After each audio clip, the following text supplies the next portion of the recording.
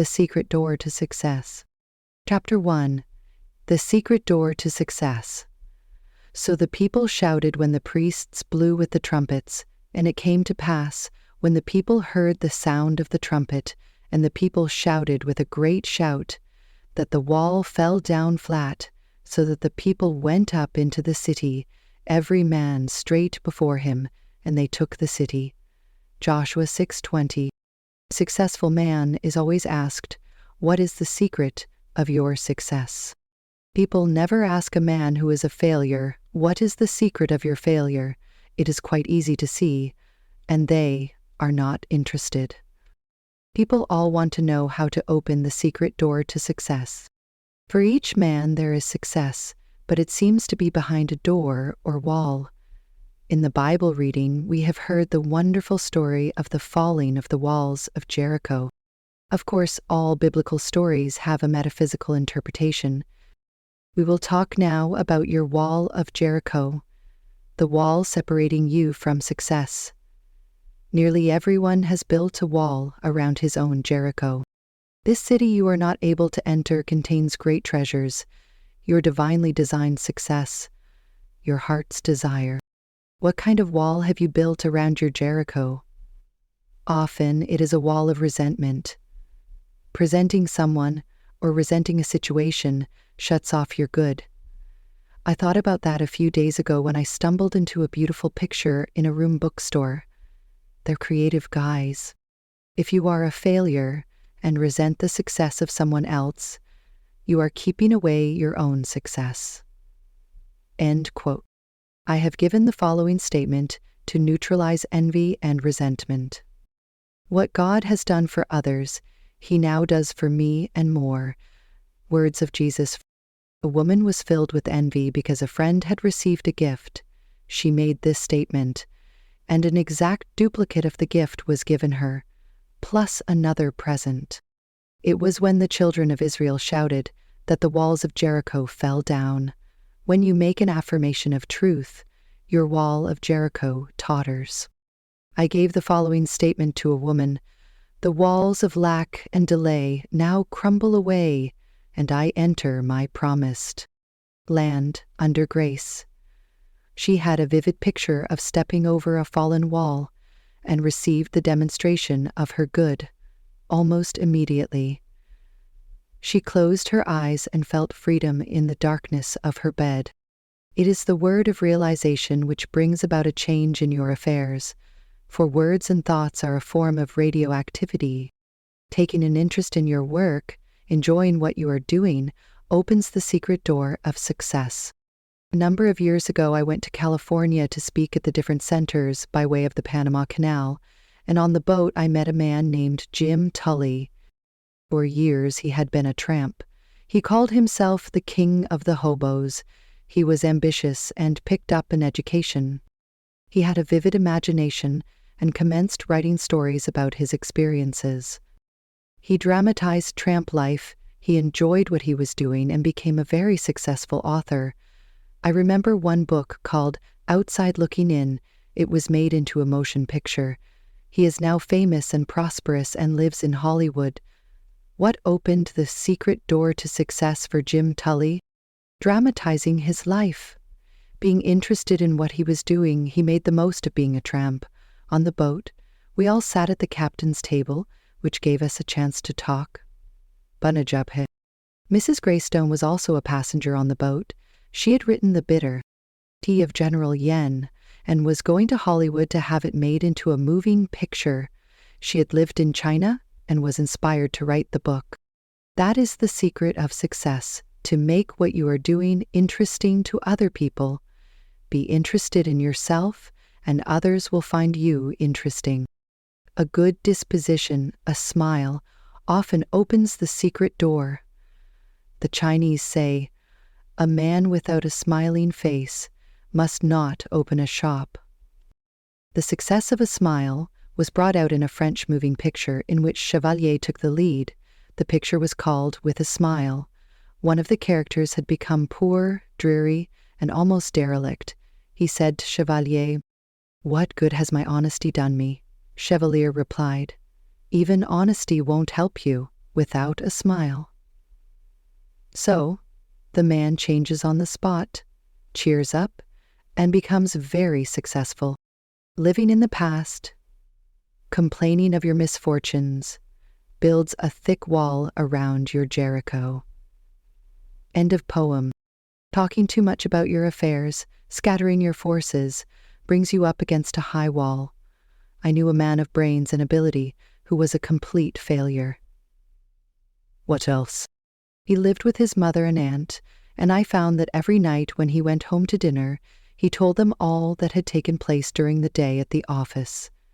He discussed his hopes, his fears, and his failures. I said to him, "You scatter your forces by talking about your affairs. Don't discuss your business with your family. Silence is golden." He took my lead. During dinner, he refused to talk about business. His mother and aunt were in despair. They loved to hear all about everything, but his silence proved golden. Not long after, he was given a position at $100 a week, and in a few years, he had a salary of $300 a week. Success is not a secret, it is a system. Many people are up against the wall of discouragement. Courage and endurance are part of the system. We read this in lives of all successful men and women. I had an amusing experience which brought this to my notice. I went to a moving picture theater to meet a friend.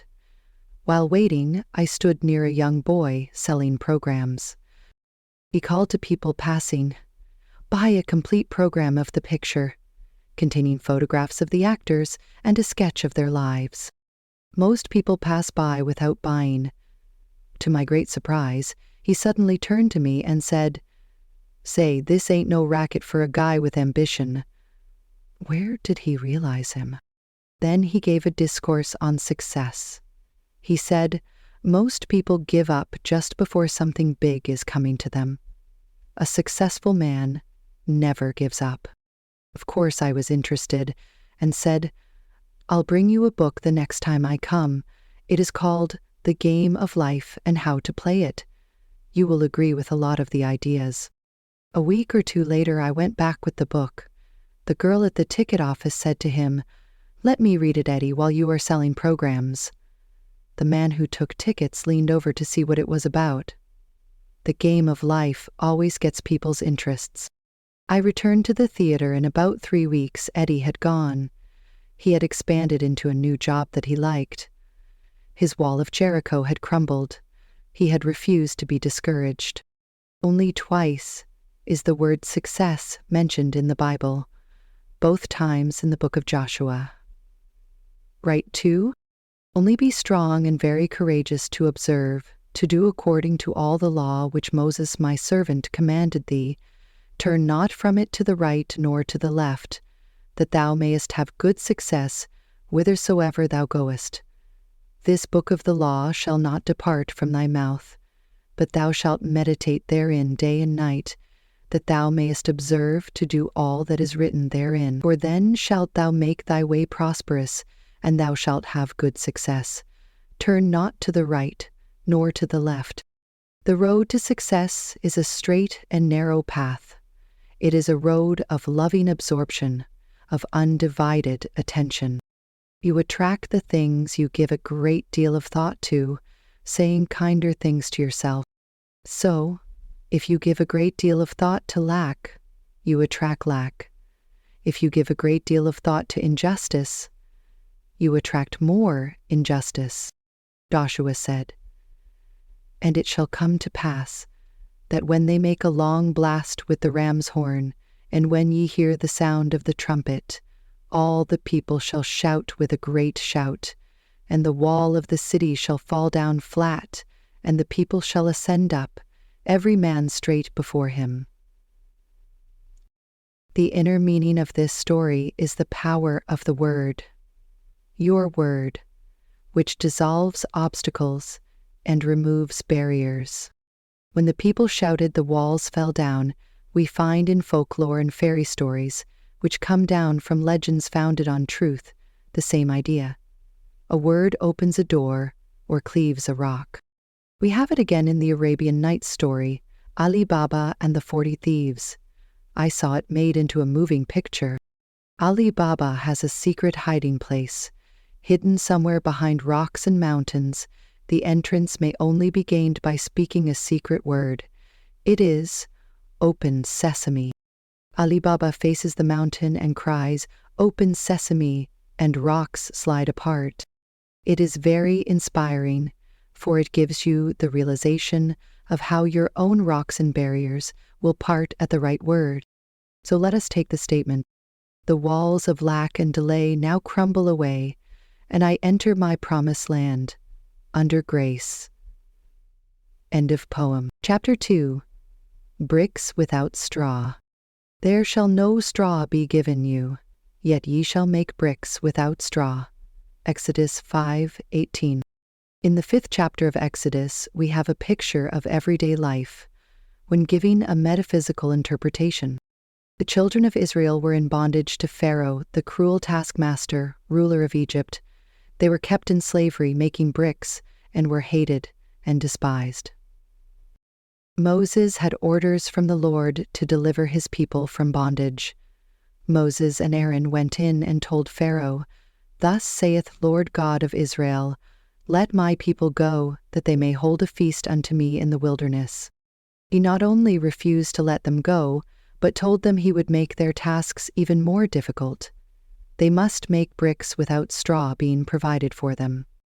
And the taskmasters of the people went out, and their officers, and they spake to the people, saying, Thus saith Pharaoh, I will not give you straw. Go ye, get you straw where ye can find it, yet not aught of your work shall be diminished. End of The Fairy Queen. It was impossible to make bricks without straw. The children of Israel were completely crushed by Pharaoh. They were beaten for not producing the bricks. Then came the message from Jehovah. Jeremiah chapter 6 verses 7. Go therefore now and work, for there shall no straw be given you, yet shall ye deliver the tale of bricks. Number 1. Working with spiritual law, they could make bricks without straw, which means to accomplish the seemingly impossible. How often in life people are confronted with this situation? Agnes M. Lawson, in her Hints to Bible Students, says, The life in Egypt under foreign oppression is the symbol of man under the hard taskmasters of destructive thinking, pride, fear, resentment, ill will, etc. The deliverance under Moses is the freedom man gains from the taskmasters as he learns the law of life, for we can never come under grace except we first know the law must be made known in order to be fulfilled. In the 111th Psalm, we read in the final verse, The fear of the Lord, along with the fear of the Lord, is the beginning of wisdom. A good understanding have all they that do his commandments. His praise endureth forever. Now if we read the word Lord, it will give us the key to the statement. The fear of the law is the beginning of wisdom, not the fear of the Lord. When we know the whatever we send out comes back, we begin to be afraid of our own boomerangs. I read in a medical journal the following facts telling of the boomerang this great pharaoh received. Leia was traditionally believed to protect the giver. It would appear that flesh is indeed heir to a long and ancient line of ills, when, as was revealed by Lord Moniahan at a lecture at Leeds, that the pharaoh of the oppression suffered from hardening of the heart in a literal sense. Lord Moniahan showed some remarkable photographic slides of results of surgical operations 1,000 years before Christ, and among these was a slide of the actual anatomical remains of the pharaoh of the oppression.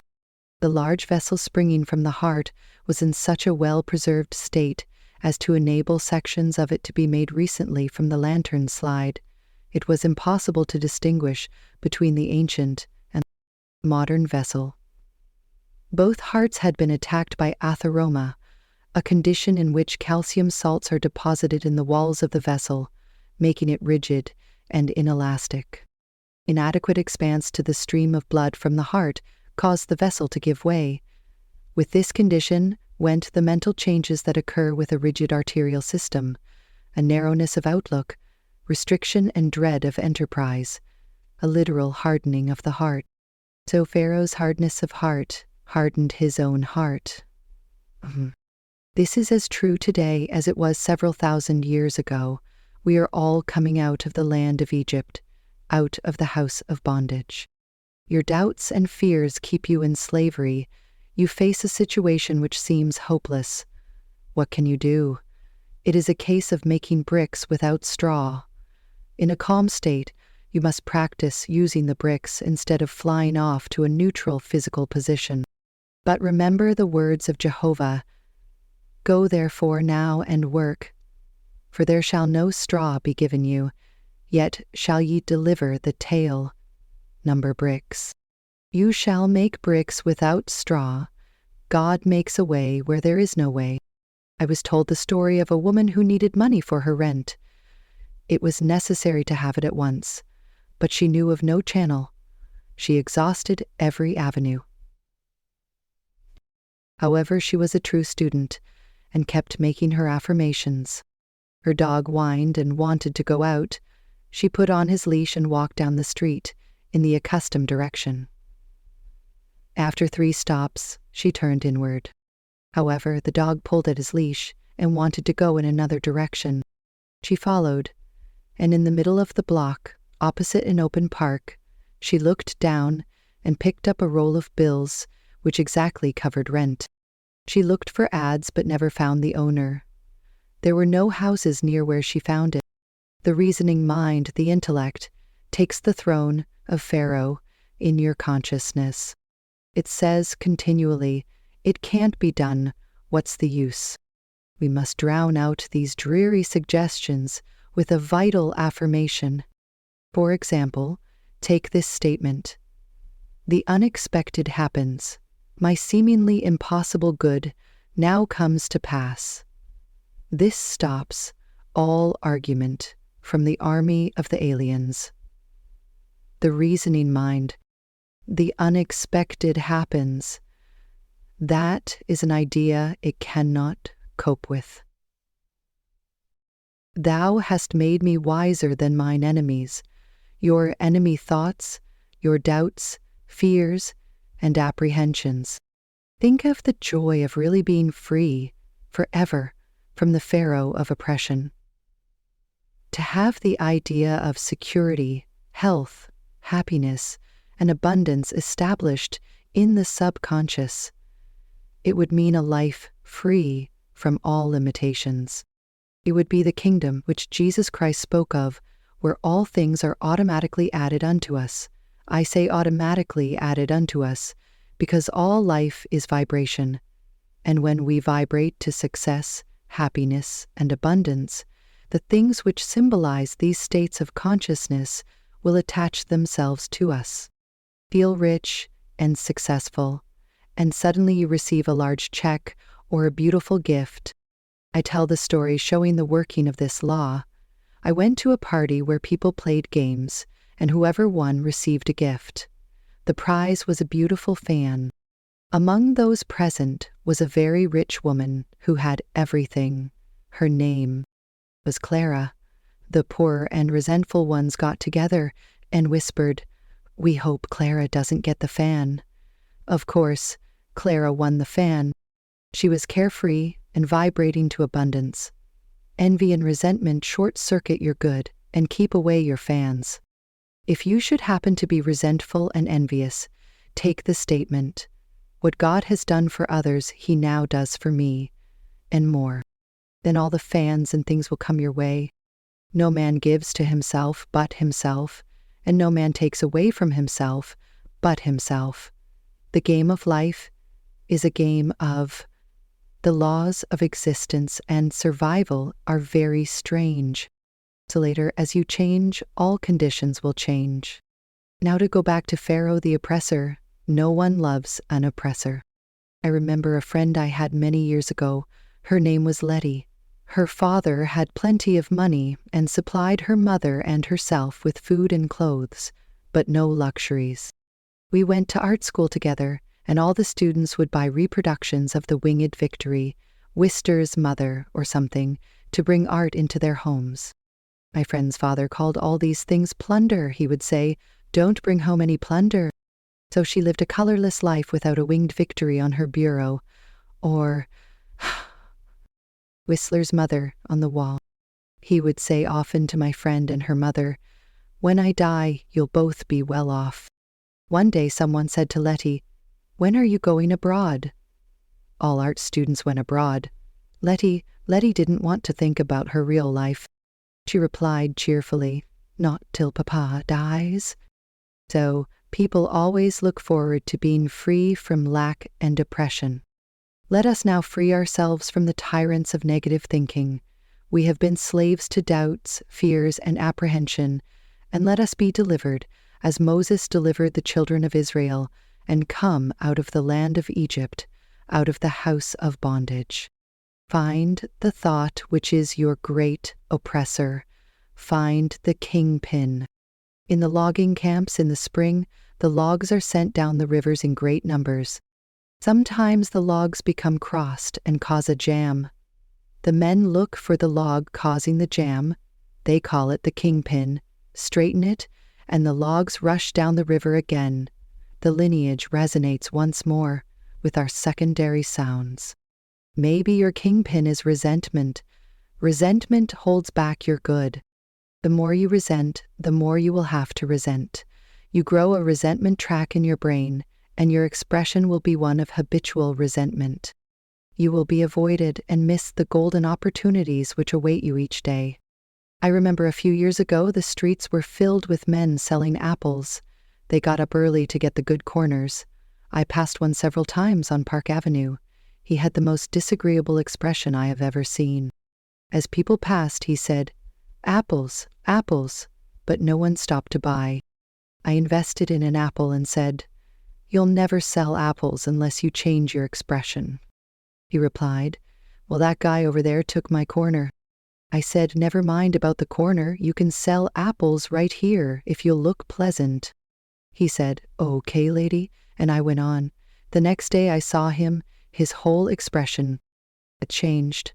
He was doing a big business selling apples with a smile. So find your kingpin, you may have more than one, and your logs of success, happiness, and abundance will go rushing down your river. Go therefore now and work, for there shall no straw be given you, yet ye shall make bricks without straw. Chapter 3. And 5 of them were wise. And 5 of them were wise, and 5 were foolish. They that were foolish took their lamps, and took no oil with them. Matt 25:02-3. My subject is the parable of the wise and foolish virgins. And 5 of them were wise, and 5 were foolish. They that were foolish took their lamps, and took no oil with them. But the wise took oil in their vessels with their lamps. The parable teaches that true prayer means preparation. Since the brightness within has become darkness by the light without, the light within can make. Jesus Christ said, "And all things, whatsoever ye shall ask in prayer, believing, ye shall receive." Matthew 21:22. Therefore, I say unto you, what things soever ye desire when ye pray, believe that ye receive them, and ye shall have them. In this parable, he shows that only those who have prepared for their good, thereby showing active faith, will bring the manifestation to pass. End of preface. We might paraphrase the scriptures and say, "When ye pray, believe ye have it. When ye pray, act as if ye have already received." Armchair faith, or rocking chair faith, will never move mountains. In the armchair, in the silence, or meditation, you are filled with the wonder of this truth, and feel that your faith will never waver. You know that the Lord is your shepherd, you shall never want.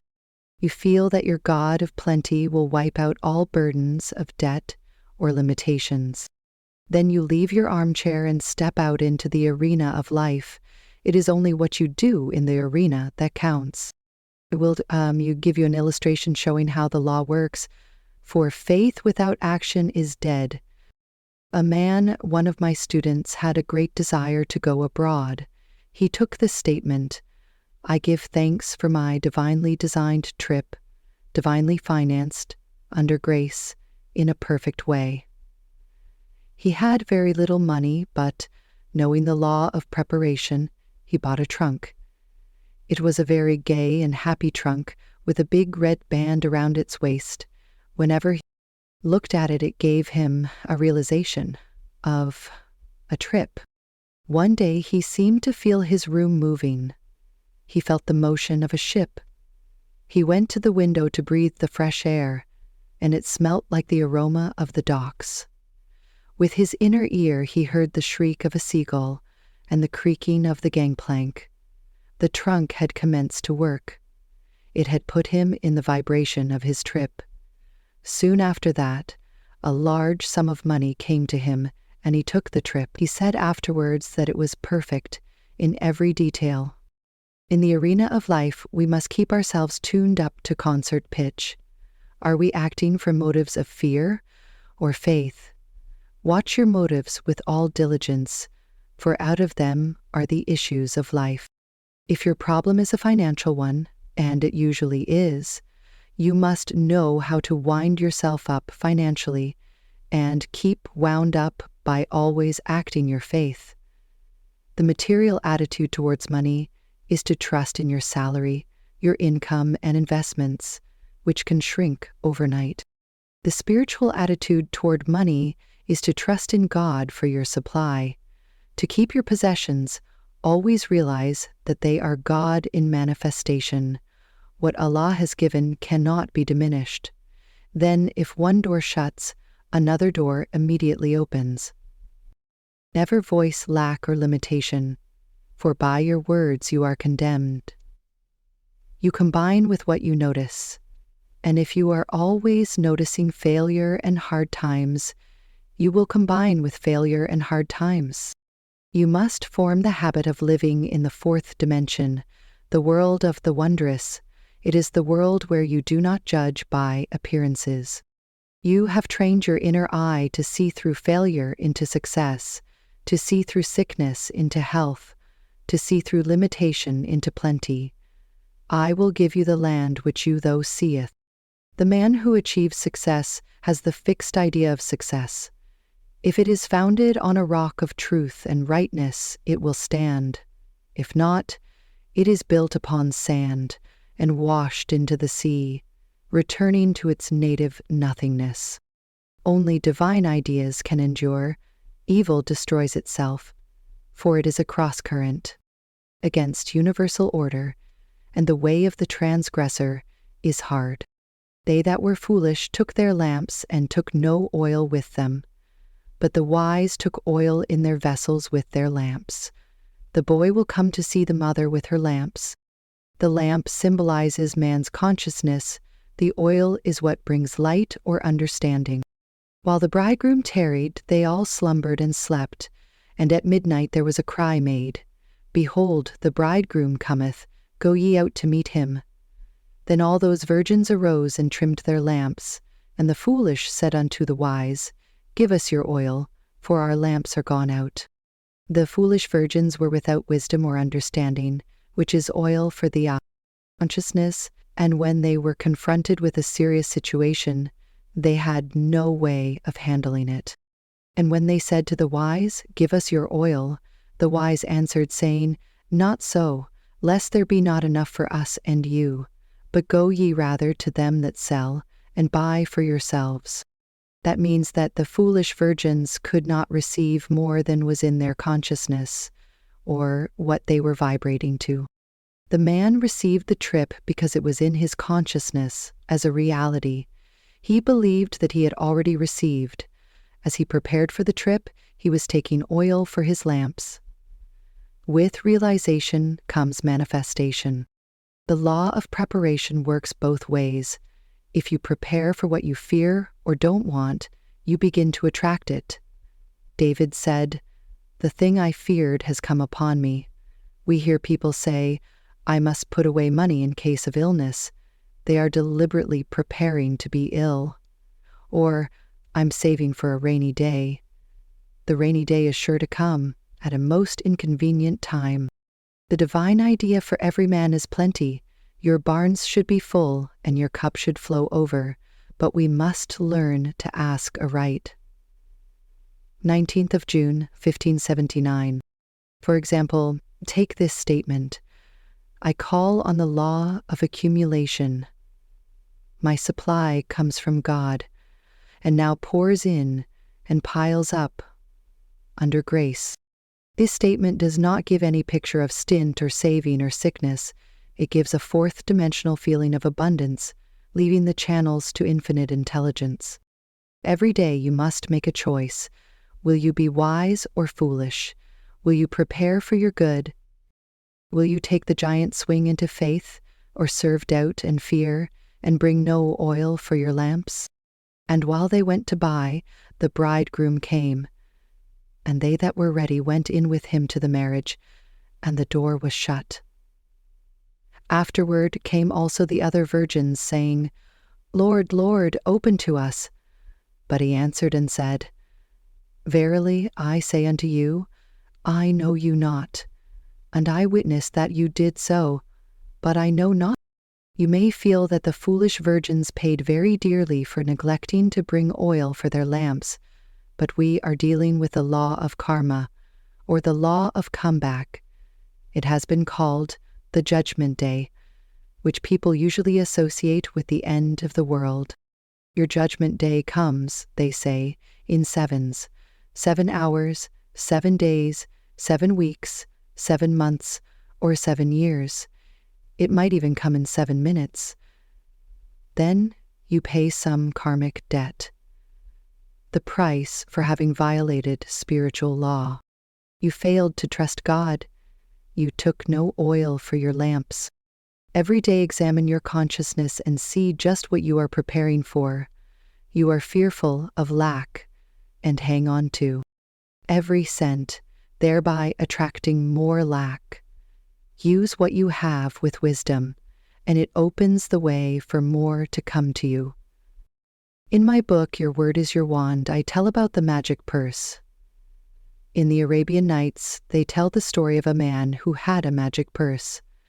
As money went out, immediately money appeared in it again. So I made the statement, my supply comes from God. I have the magic purse of the Spirit. It can never be depleted.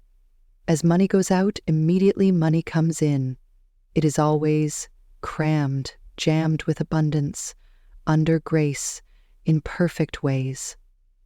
Debt classes deeper, the memberships, builds up, and the grace in which we as members come together and draw on.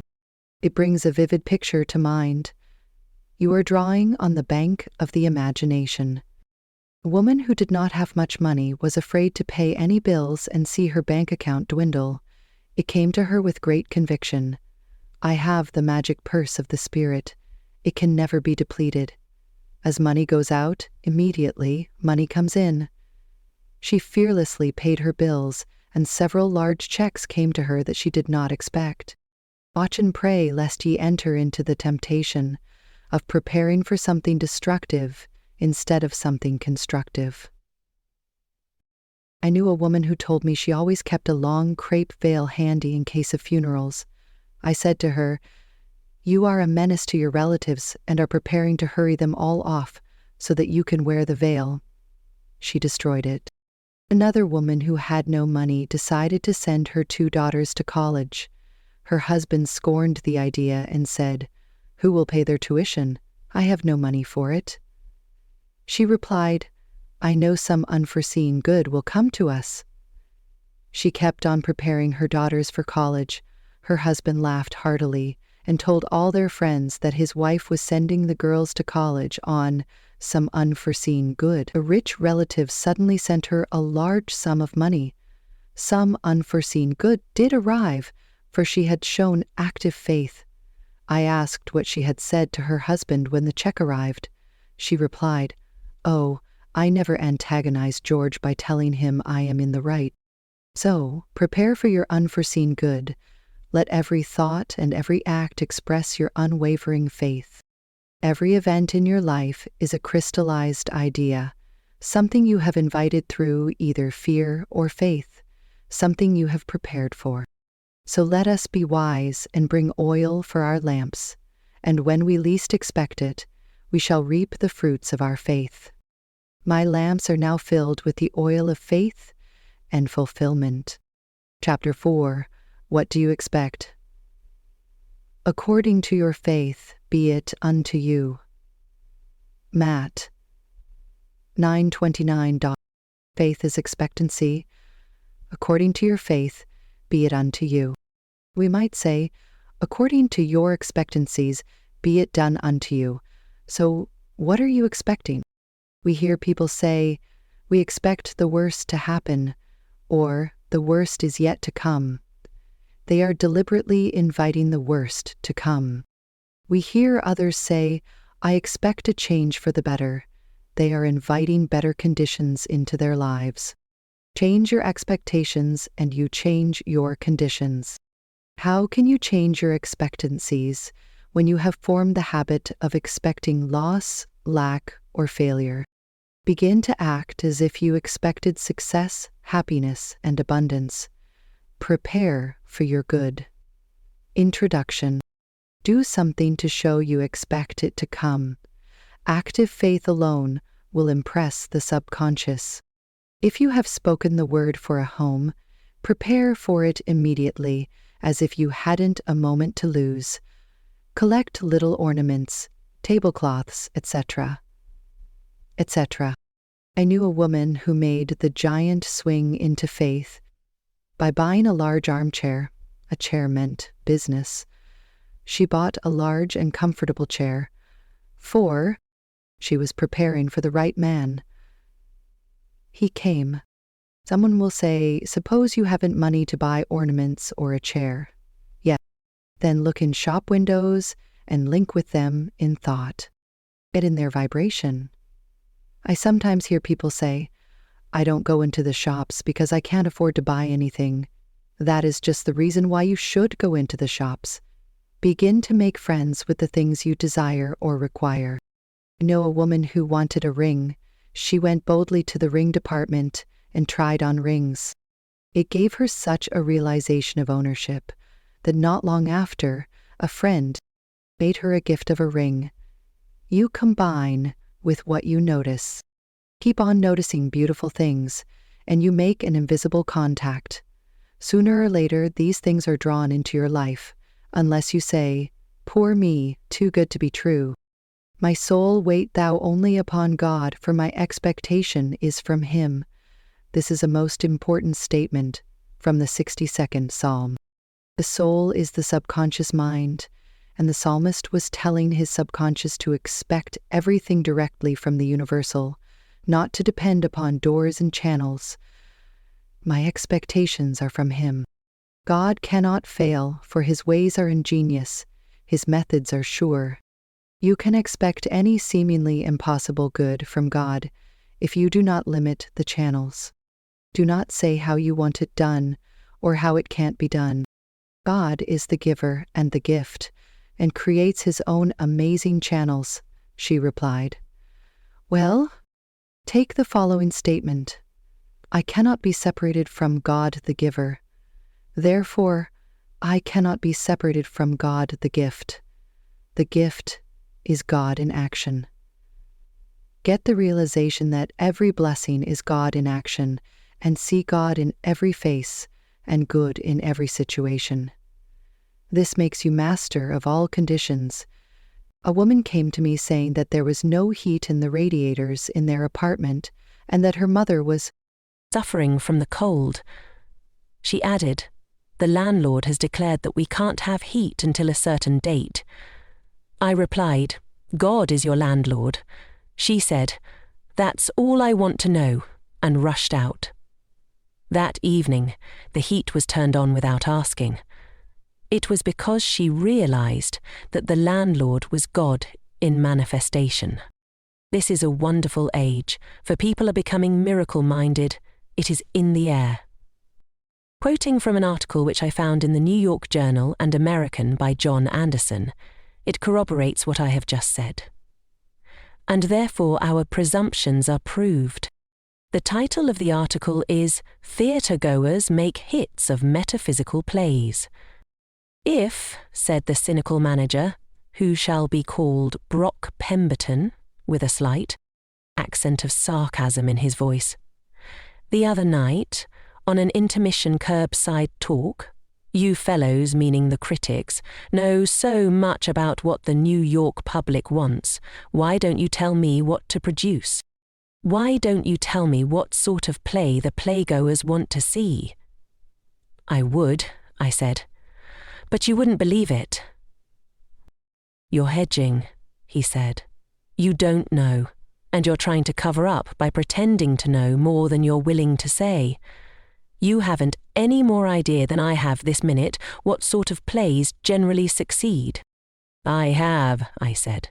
There is one surefire success, one theme that works and has always worked, whether it is competing with boy meets girl, mysteries, historical tragedies, etc. No play on the theme has ever completely failed, if it had nay merit at all, and a lot of poor ones have been big hits.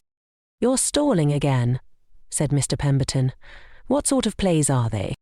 Metaphysical, I said, fouling slightly with a big word and waiting quietly for the effect. Metaphysical, said Mr. Pemberton. You mean metaphysical. I paused a moment, and since Mr. Pemberton said nothing, went right on spouting such titles as The Green Pastures, The Star Wagon, Father Malachi's Miracle, etc. Some of these, I added, reached the public over the heads of the critics. But Mr. Pemberton had departed to ask, probably in every theatre in town, is there a metaphysician in the house? People are beginning to realize the power of their words and thoughts. They understand why faith is the substance of the thing hoped for, the evidence of things not seen. We see the law of expectancy working out through superstition. If you walk under a ladder and expect it to give you bad luck, it will give you bad luck. The ladder is quite innocent. Bad luck came because you expected it. We might say, expectancy is the substance of the things hoped for, or expectancy is the substance of the thing. This might be translated as hope for, but I have the college phone. Anne fears, the thing I expected has come upon me. Nothing is too good to be true. Nothing is too wonderful to happen. Nothing is too good to last when you look to God for your good. Now think of the blessings which seem so far off, and begin to expect them now, under grace, in an unexpected way. For God works in unexpected ways, His wonders to perform. I said no. I was told that there are 3,000 promises in the Bible. Let us now expect all these blessings to come to pass. Among them we are promised riches and honor, eternal youth. Your flesh shall become as a little child, and eternal life. Death itself shall be overcome. Christianity is founded upon the forgiveness of sins and an empty tomb. We now know that all these things are scientifically possible. As we call on the law of forgiveness, we become free from mistakes and the consequences of mistakes. Though your sins be as scarlet, ye shall be washed whiter than wool. Then our bodies will be bathed in light and express the body electric, which is incorruptible and indestructible, pure substance, expressing perfection. I expect the unexpected. My glorious good now comes to pass. Chapter 5. The long arm of God. The eternal God is thy refuge, and underneath are the everlasting arms. Dute 33:27. In the Bible, the arm of God always symbolizes protection. The writers of the Bible knew the power of a symbol. It brings a picture which impresses the subconscious mind. They used the symbols of the rock, sheep, shepherds, vineyard, lamp, and hundreds of others. It would be interesting to know how many symbols are used in the Bible. The arm also symbolizes strength. The eternal God is thy refuge, and underneath are the everlasting arms.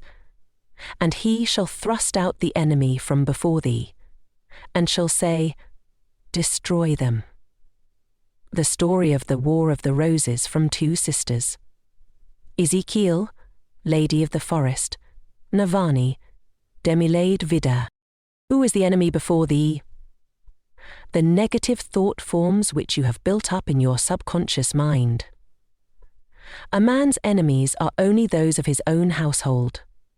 The everlasting arms thrust out these enemy thoughts and destroy them. Have you ever felt the relief of getting out some negative thought form? Perhaps you have built up a thought form of resentment until you are always boiling with anger about something. You resent people you know, people you don't know, people in the past, and people in the present. And you may be sure that the people in the future won't escape your wrath. All the organs of the body are affected by resentment, for when you resent, you resent with every organ of the body. You pay the penalty with rheumatism, arthritis, neuritis, etc. For acid thoughts produce acid in the blood. All this trouble comes because you are fighting the battle, not leaving it to the long arm of God. I have given the following statement to many of my students. The long arm of God reaches out over people and conditions, controlling the situation and protecting my interests. This brings a picture of a long arm symbolizing strength and protection. With the realization of the power of the long arm of God, you would no longer resist or resent. You would relax and let go. The enemy thoughts within you would be destroyed, therefore the adverse conditions would disappear. Spiritual development means the ability to stand still, or stand aside, and let infinite intelligence lift your burdens and fight your battles. When the burden of resentment is lifted, you experience a sense of relief. You have a kindly feeling for everyone, and all the organs of your body begin to function properly. A clipping quoting Albert Edward Day, Essay Days reads, that loving our enemies is good for our spiritual health is widely known and accepted. But that negation and poisonous emotions destroy physical health is a relatively new discovery. The problem of health is often an emotional one. Wrong emotions entertained and repeated are potent causes of illness. When the preacher talks about loving your enemies, the man on the street is apt to dismiss the idea as unendurable and pious. But the fact is, the preacher is telling you something which is one of the first laws of hygiene as well as ethics. No man, even for his body's sake, can afford to indulge in hatred. It is like repeated doses of poison. When you are urged to get rid of fear, you are not listening to a moonstruck idealist. Rather, you are hearing counsel that is as significant for health as advice about diet. We hear so much about a balanced diet, but without a balanced mind, you can't digest what you eat, calories or no calories. Non-resistance is an art. When acquired, the world is yours. So many people are trying to force situations. You're lasting. Good will never come through forcing personal will. Flee from the things which flee from thee. Seek nothing. Fortune seeketh thee. Behold his shadow on the floor, behold him standing at the door. I do not know the author of these lines, but it heartfelt of them. Lovelock, the celebrated English athlete, was asked how to attain his speed and endurance in running. He replied, "Learn to relax. Let us attain this rest in action. He was most relaxed when running the fastest. Your big opportunity and big success usually slide in when you least expect it. You have to let go long enough for the great law of attraction to operate. Lydia? You are such a waste. I'd come here to rest, my perfect alone. Never saw a worried and anxious magnet. It stands up straight and hasn't a care in the world, because it knows needles can't help jumping to it. The things we rightly desire come to pass when we have taken the clutch off. I say in my correspondence course, do not let your heart's desire become your heart's disease. You are completely demagnetized when you desire something too intensely. You worry, fear, and agonize. There is an occult law of indifference. None of these things move me. Your ships come in over a don't care sea. Many people in truth antagonize friends because they are too anxious for them to read the books and go to the lectures. They meet opposition. A friend took my book, The Game of Life and How to Play It, to her brother's house to read. The young men of the family refused to read it. No, nut stuff for them. One of these young men drives a taxicab. One night, he drove a taxicab, which belonged to another man. In going over the car, he found a book stuffed away somewhere. It was The Game of Life and How to Play It. The next day he said to his aunt, I found Mrs. Shin's book in the taxi last night. I read it, and it's great. There's a lot of good reading in it. Why doesn't she write another book? God works in roundabout ways, his wonders to perform. Life is beautiful, and I want it to continue. I feel amberse. I want it to perform. I meet unhappy people, and a few grateful and contented people. A man said to me, one day, I have a great deal to be thankful for. I have good health, enough money, and I'm still single. The 89th Psalm is very interesting, for we find that two individuals take part. The man who sings the psalm, for all psalms are songs or poems, and Lord God of hosts answers him. It is a song of praise and thanksgiving, extolling the strong arm of God. I will sing of the mercies of the Lord forever. O Lord God of hosts, who is a strong Lord like unto thee? Thou hast a mighty arm, strong is thy hand, and high is thy right hand.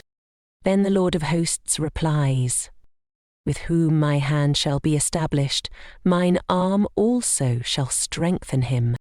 My mercy will I keep for him forevermore, and my covenant shall stand fast with him. Second, we only hear the words forevermore in the Bible and in fairy tales. In the absolute, man is outside of time and space. His good is from everlasting to everlasting. The fairy tales came down from the old Persian legends, which were founded upon truth. Aladdin and his wonderful lamp is the outpicturing of the word. Aladdin rubbed the lamp, and all his desires came to pass. Your word is your lamp. Words and thoughts are a form of radioactivity and do not return void. A scientist has said that. Words are clothed in light. You are continually reaping the fruits of your words. A friend in one of my meetings said that she had brought a man to my class who had been out of work for a year or more. I gave the statement, now is the appointed time. Today is the day of my amazing good fortune. It clicked in his consciousness. Soon after, he was given a position which paid him $9,000 a year. A woman told me that when I blessed the offering, I said that each offering would return 1,000-fold. She had put $1 in the collection. She said with great realization, that dollar is blessed and returns $1,000. She received $1,000 a short time afterwards, in a most unexpected way. Why do some people demonstrate this truth so much more quickly than others? It is because they have the ears that hear. Jesus Christ tells the parable of the man who sowed the seed and it fell upon good ground. The seed is the word. I say, listen for the statement that clicks, the statement that gives your realization. That statement will bear fruit. The other day I went into a shop where I know the employer quite well.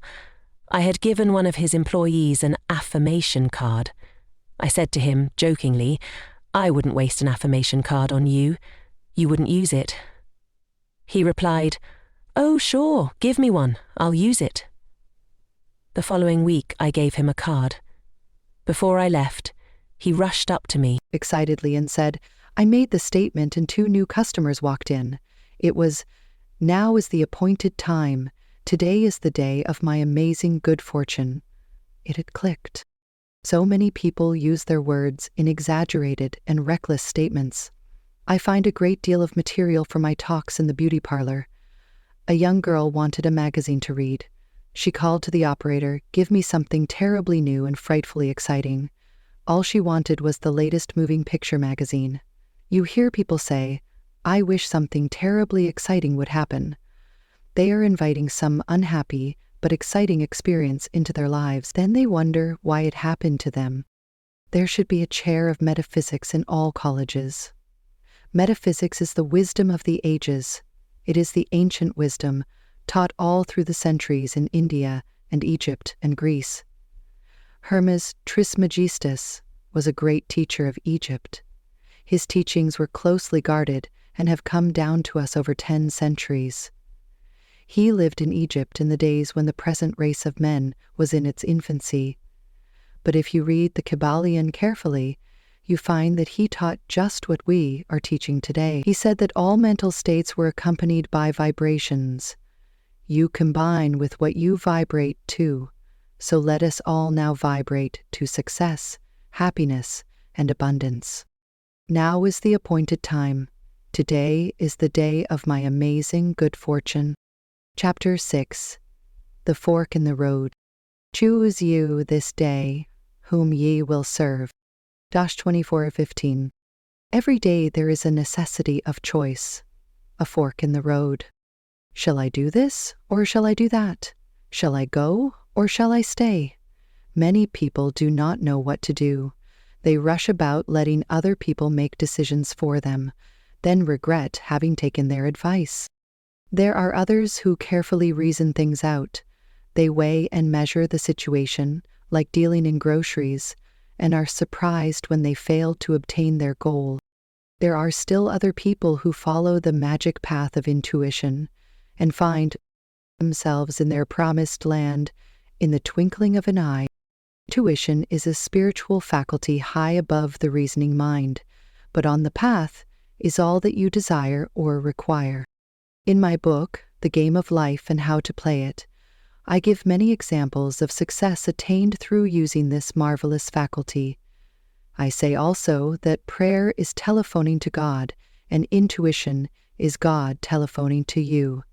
Correspondence course. So, choose ye this day to follow the magic path of intuition. In my question and answer classes, I tell you how to cultivate intuition. In most people, it is a faculty which has remained dormant. So we say, "Awake, thou that sleepeth. Wake up to your leads and hunches. Wake up to the divinity within." Papa said, "Once you are awake, you can rein in the evil within your mind." Claude Bragdon said, "To live intuitively is to live fourth-dimensionally." Now it is necessary for you to make a decision. You face a fork in the road. Ask for a definite, unmistakable lead, and you will receive it. We find many events to interpret metaphysically in the book of Joshua. After the death of Moses, the divine command came to Joshua. "Now therefore arise, go over the Jordan, thou and all thy people, unto the land which I do give to them. Every place the sole your feet shall tread upon, to you have I given it. The feet are the symbol of understanding, so it means metaphysically, all that we understand stands under us in consciousness, and what is rooted there can never be taken from us. For the Bible goes on to say, there shall not any man be able to stand before thee all the days of thy life. I will not fail thee, nor forsake thee. Only be thou strong and very courageous, that thou mayest observe to do according to all the law, which Moses my servant commanded thee. Turn not from it to the right hand or to the left, that thou mayest prosper whithersoever thou goest. So we find we have success through being strong and very courageous in following spiritual law. We are back again to the fork in the road, the necessity of choice. Choose you this day whom ye shall serve, the intellect or divine guidance. A well-known man, who has become a great power in the financial world, said to a friend, I always follow intuition, and I am luck incarnate. Inspiration, which is divine guidance, is the most important thing in life. People come to truth meetings for inspiration. I find the right word will start divine activity operating in their affairs. A woman came to me with a complication of affairs. I said to her, let God juggle the duel, the physical and the mental situation. Let God juggle every situation, for when you try to juggle the situation, you drop all the balls. In my question and answer classes, I would be asked, how do you let God juggle a situation? And what do you mean when you say, I should not juggle it? You juggle with the intellect. The intellect would say, times are hard, no activity in real estate, don't expect anything until the fall of 1958. With spiritual law, there is only the now. Before you call, you are answered. For time and space are but a dream, and your blessing is there, waiting for you to release it by faith in the Word. In the diary she wrote when living, dressing for the painter's secrets and triumph, I learned to make God my painter. Choose you this day whom ye will serve, fear or faith. In every act prompted by fear lies the germ of its own defeat. It takes much strength and courage to trust God. We often trust Him in little things, but when it comes to a big situation, we feel we had better attend to it ourselves. Then comes defeat and failure. The following extract from a letter which I received from a woman in the West shows how conditions can change in the twinkling of an eye. I've had the pleasure of reading your wonderful book, The Game of Life, and How to Play It. I have 4 boys, 10, 13, 15, and 17, and thought how wonderful for them to grasp it in their early life and be able to get things which are theirs by divine right. The lady who let me read her copy gave me other things to read, but it seemed when I picked this book up it was magnetic, and I could not let go of it. After reading it, I realized I was trying to live divinely but did not understand the law, or I would have been much further advanced. At first I thought it quite hard to find a place in the business world after so many years of being a mother, but I got this statement, God makes a way where there is no way, and He did that very thing for me.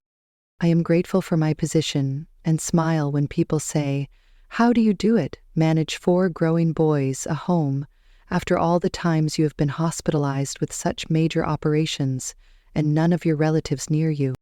I have that statement in my book, God Makes a Way Where There Is No Way. God made a way for her in business when all her friends said it couldn't be done. The average person will tell you almost anything can't be done. I had an example of this the other day. In a shop, I found a delightful little silver drippolator, which would make just 1 cup of anything. I showed it to some of my friends with enthusiasm, thinking it so very cute, and one said, it will never work.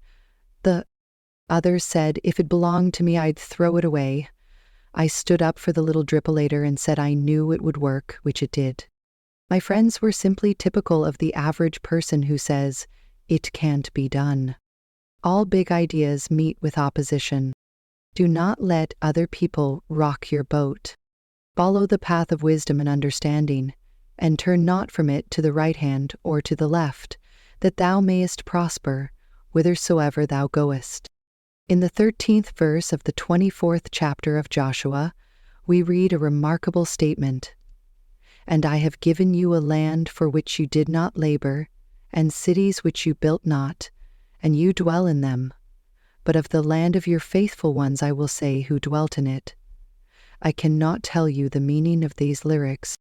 The vineyards and oliveyards which ye planted not, do ye eat.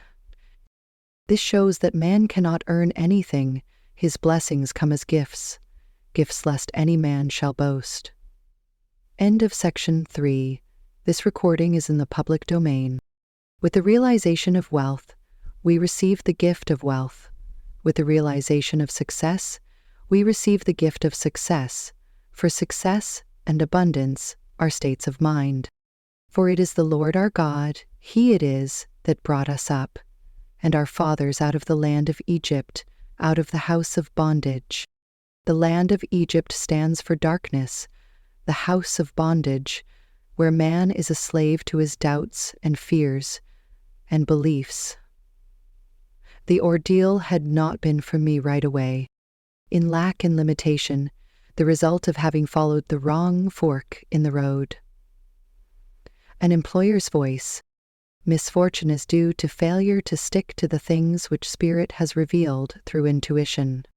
All big things have been accomplished by men who stuck to their big ideas. Henry Ford was past middle age when the idea of the Ford car came to him. He had great difficulty in raising the money. His friends thought it was a crazy idea. His father said to him tearfully, "Henry, why do you give up a good $25 a week job in order to chase a crazy idea?" But no one could rock Henry Ford's boat. So in order to come out of the land of Egypt, out of the land of bondage, we must make the right decisions. Follow the right fork in the road. Only be thou strong and very courageous, that thou mayest observe to do according to the law which Moses my servant commanded thee. Turn not from it to the right hand, nor to the left, that thou mayest prosper whithersoever thou goest. So, as we reach the fork in the road today, let us fearlessly follow the voice of intuition. The Bible calls it the still small voice. There came a voice behind me, saying, "This is the way, walk ye in it. On this path is the good, already prepared for you. You will find the land for which ye did not labor, and cities which ye built not, and ye dwell in them, of the vineyards and oliveyards which ye planted not, do ye eat. I am divinely led. I follow the right fork in the road. God makes a way where there is no way."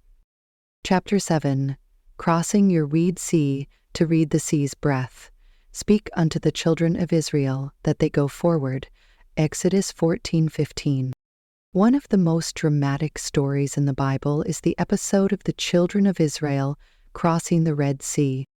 Moses was leading them out of the land of Egypt, where they were kept in bondage and slavery. They were being pursued by the Egyptians. The children of Israel, like most people, did not enjoy trusting God. They did a lot of murmuring. They said to Moses, "Is not this the word that we did tell thee in Egypt, saying, Let us alone, that we may serve the Egyptians? For it had been better for us to serve the Egyptians than that we should die in the wilderness." And Moses said unto the people, "Fear ye not, stand still, and see the salvation of the Lord, which he will show to you today. For the Egyptians whom ye have seen today, ye shall see them again no more forever. The Lord shall fight for you, and ye shall hold your peace." We might say that Moses pounded faith into the children of Israel. They preferred being slaves to their old doubts and fears, for Egypt stands for darkness, than to take the giant swing into faith and pass through the wilderness to their promised land.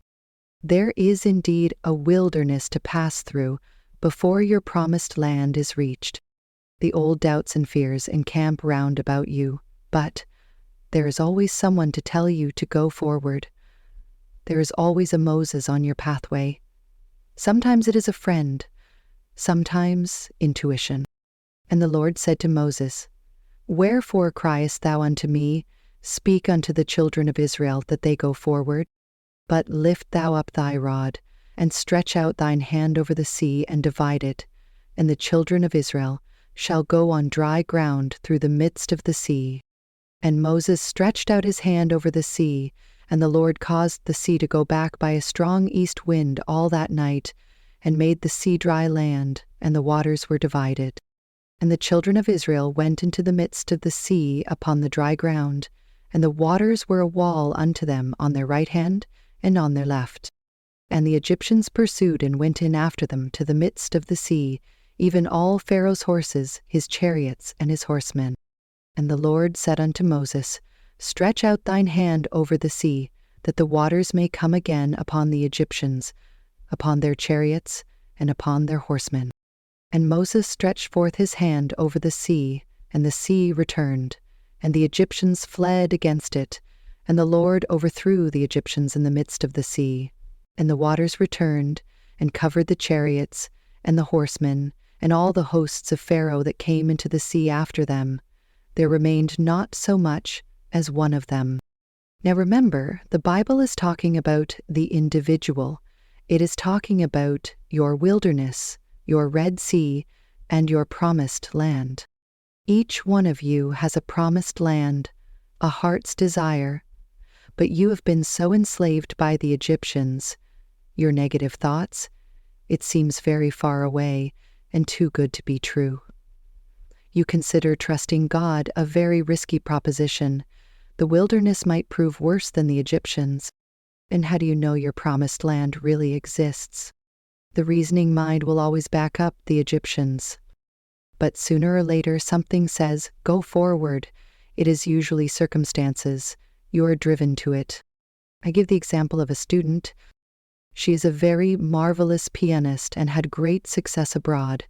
She came back with a book full of press clippings and a happy heart. She wrote, a relative took an interest in her and said she would back her financially for a concert tour. They chose a manager who took charge of the expenses and attended to her bookings.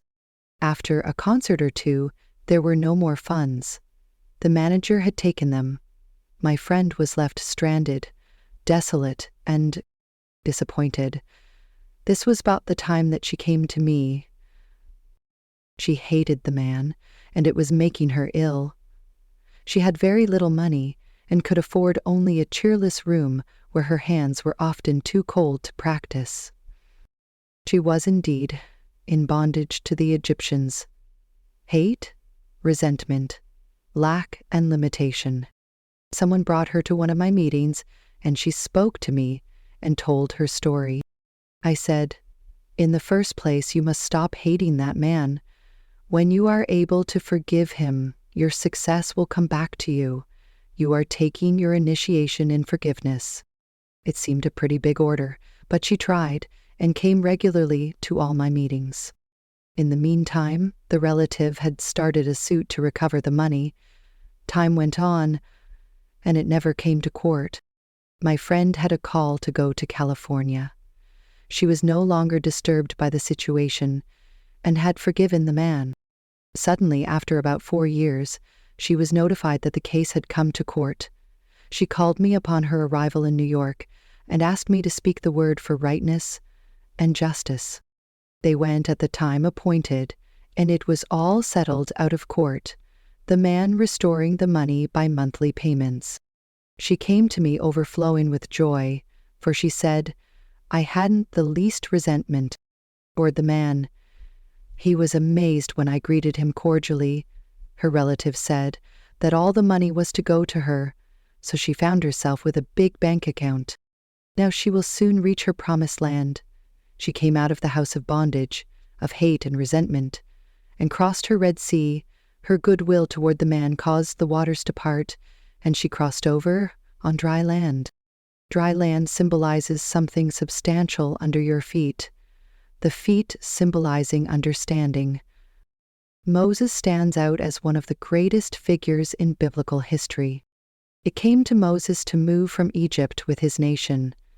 The task before him was not only the unwillingness of Pharaoh to let go of those whom he had made into profitable slaves, but also to stimulate to open rebellion this nation, which had lost its initiative under the hardships of its taskmasters. It required extraordinary genius to meet this condition, which Moses possessed with self-abnegation and the courage of his own convictions. Self-abnegation. He was called the meekest of men. We have often heard the expression, as meek as Moses. He was so meek towards the commands of the Lord that he became one of the strongest of men. The Lord said to Moses, "Lift thou up thy rod, and stretch out thine hand over the sea, and divide it, and the children of Israel shall go on dry ground through the midst of the sea." So, never doubting, he said to the children of Israel, "Go forward."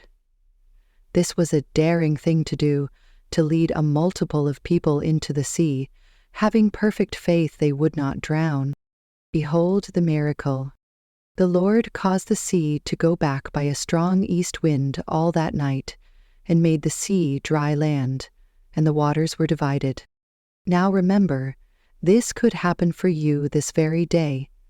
Think of your problem, look for the solution, and then do your solution.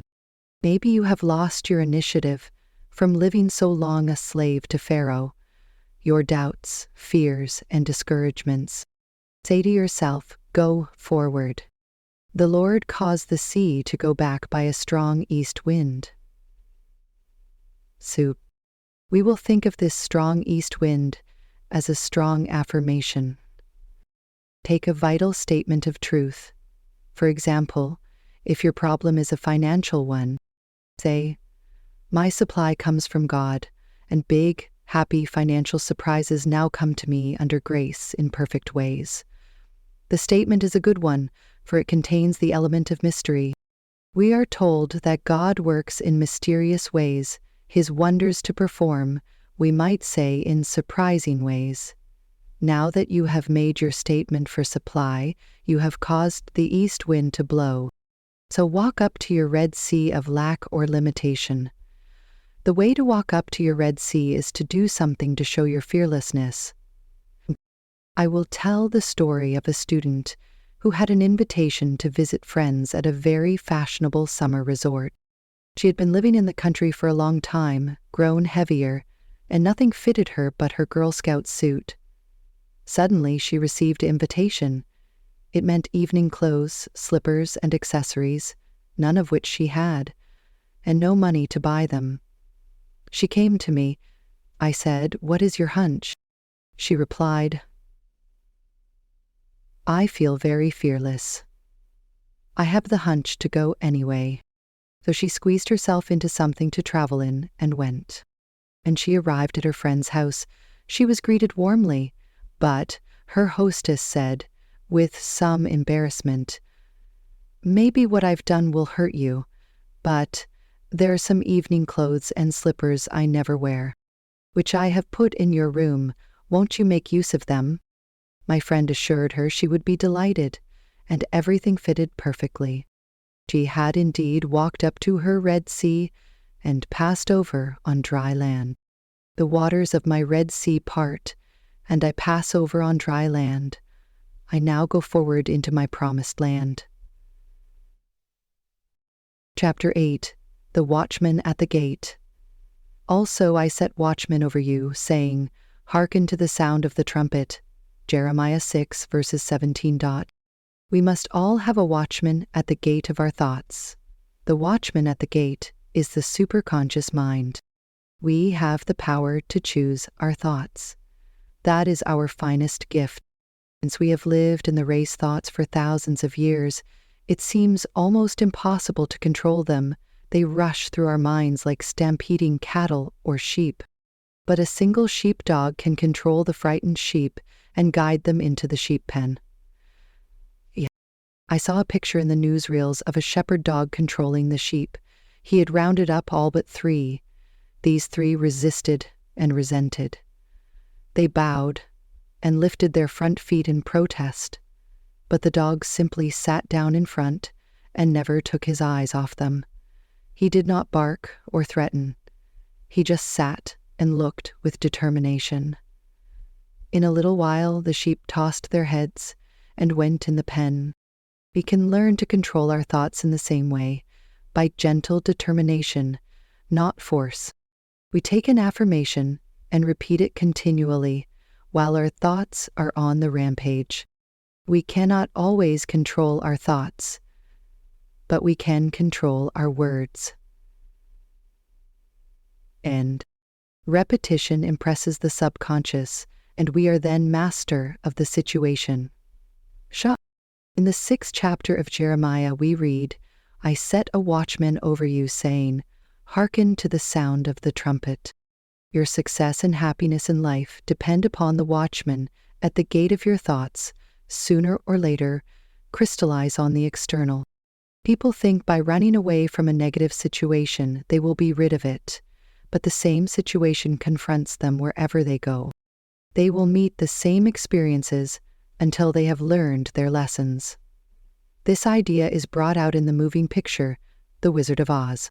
The little girl, Dorothy, is very unhappy because the mean woman in the village wants to take away her dog, Toto. Yes, she goes in despair to confide in her Aunt Em and Uncle Henry, but they are too busy to listen and tell her to run along. End quote.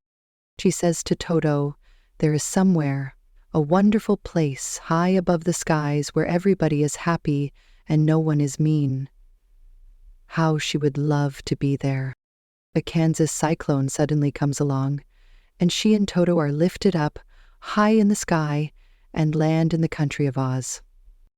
Everything seems very delightful at first, but soon she has the same old experiences. The mean old woman of the village has turned into a terrible witch and is still trying to get Toto from her. How she wishes she could be back in Kansas. She is told to find the Wizard of Oz. He is all-powerful and will grant her request. She starts off to find his palace in the Emerald City. On the way, she meets a scarecrow. He is so unhappy because he hasn't a brain. She meets a man made of tin who is so unhappy because he hasn't a heart. Then she meets a lion who is so unhappy because he has no courage. And launched into a chorus of Long Live the Wizard. At 6:45 a.m., she cheers them up by saying, we'll all go to the Wizard of Oz, and he'll give us what we want.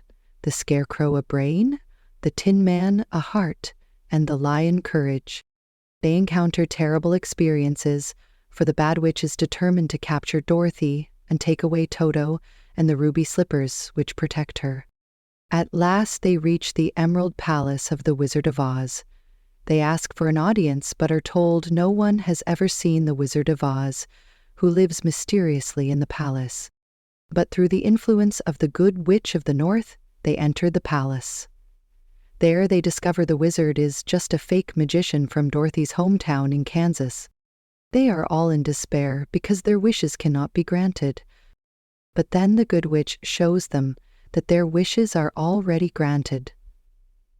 The Scarecrow has developed a brain by having to decide what to do in the experiences he has encountered.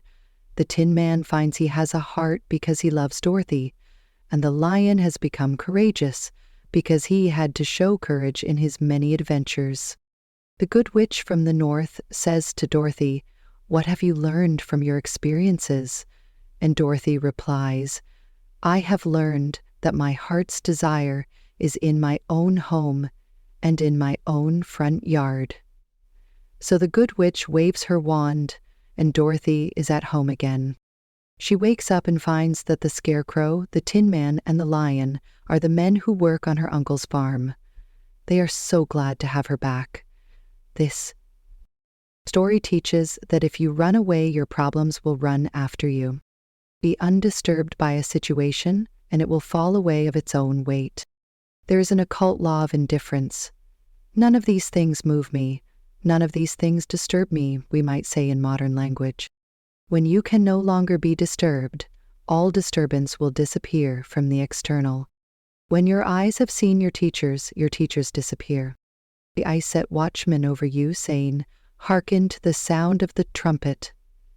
Don't go to the devil. A trumpet is a musical instrument used in olden times to draw people's attention to something, to victory, to order.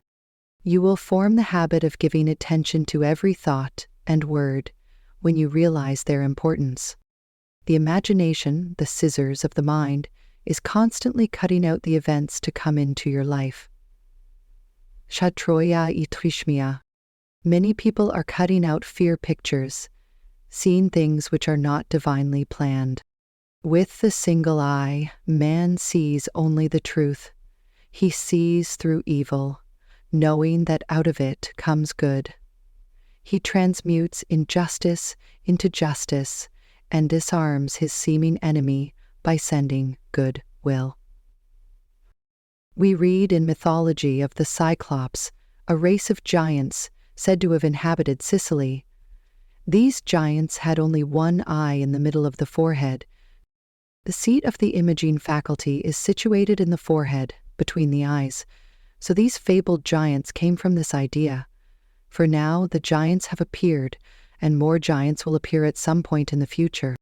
You are indeed a giant when you have a single eye. Then every thought will be a constructive thought, and every word a word of power.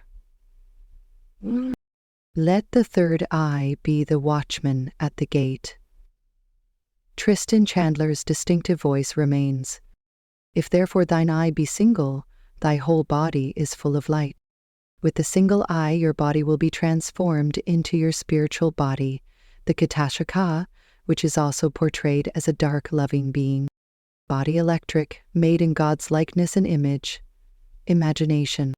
By seeing clearly the perfect plan, we could redeem the world, with our inner eyes seeing a world of peace and plenty and goodwill. Judge, not by appearances, judge righteous judgment. Nation shall not lift up sword against nation, neither shall they learn war any more. The occult law of indifference means that you are undisturbed by adverse appearances.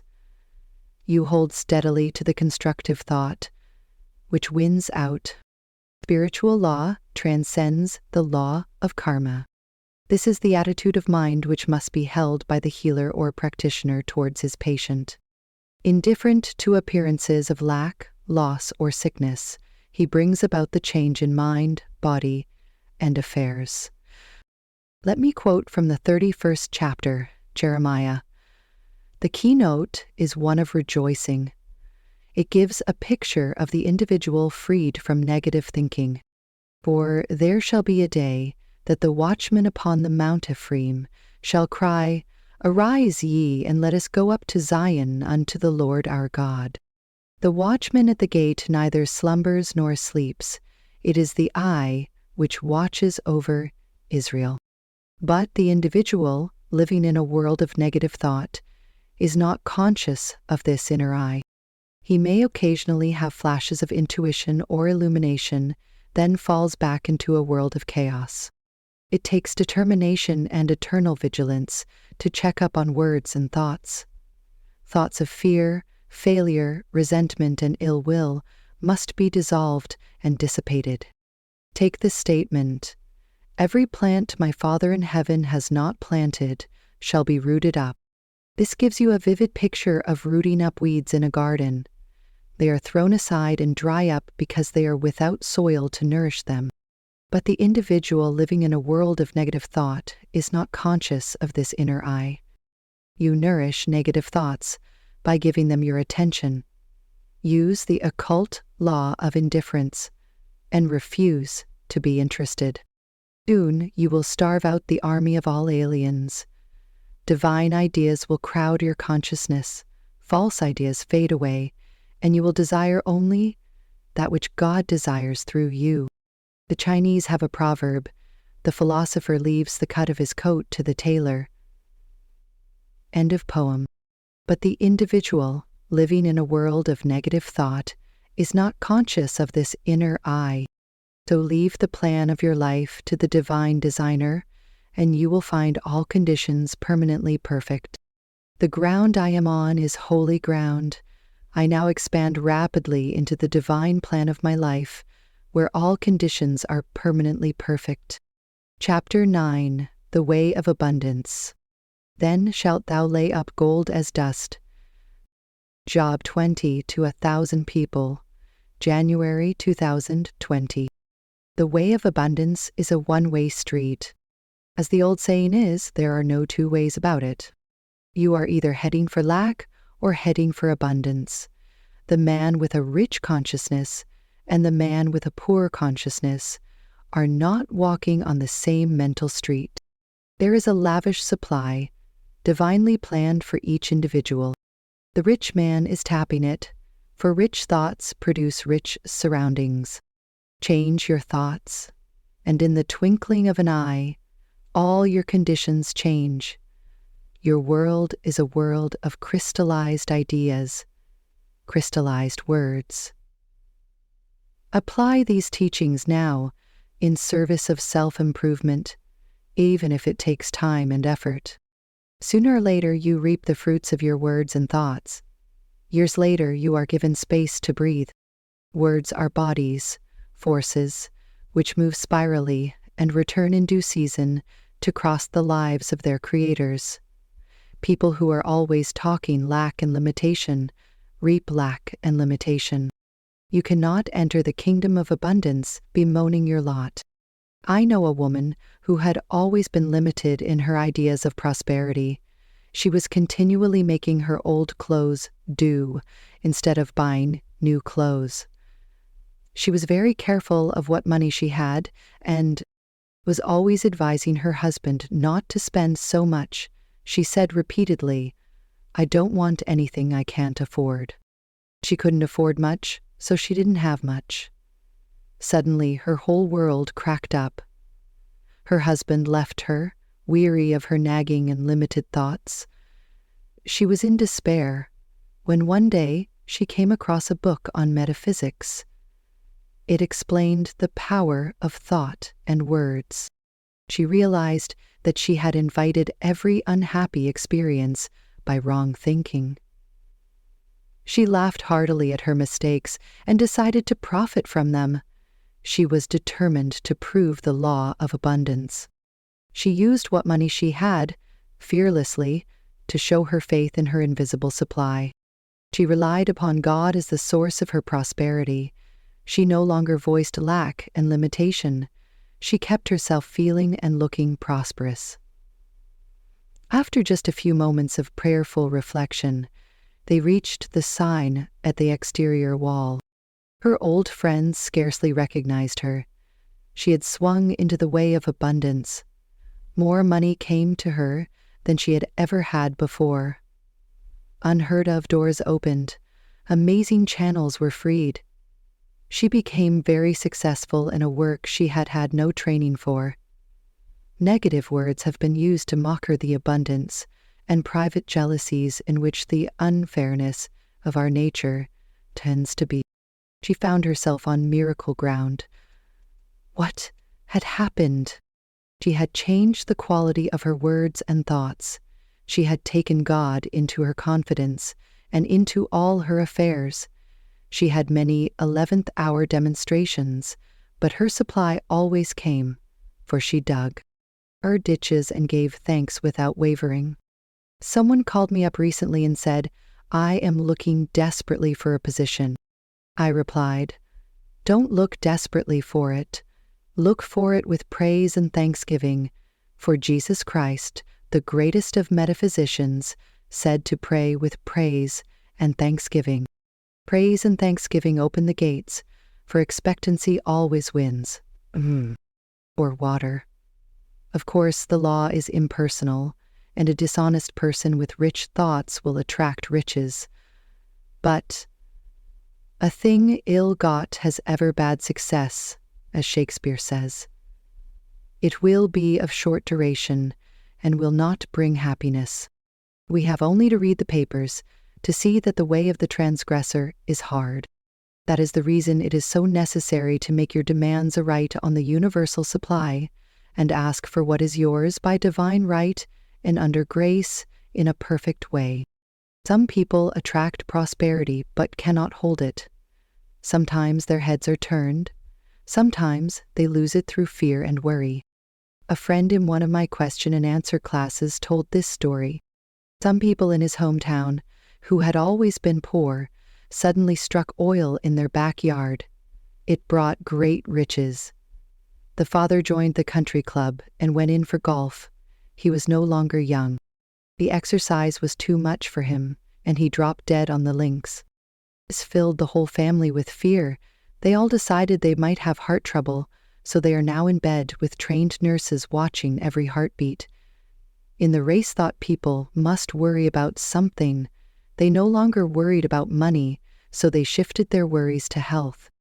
The old idea was that you can't have everything. If you got one thing, you'd lose another. People were always saying, "Your luck won't last.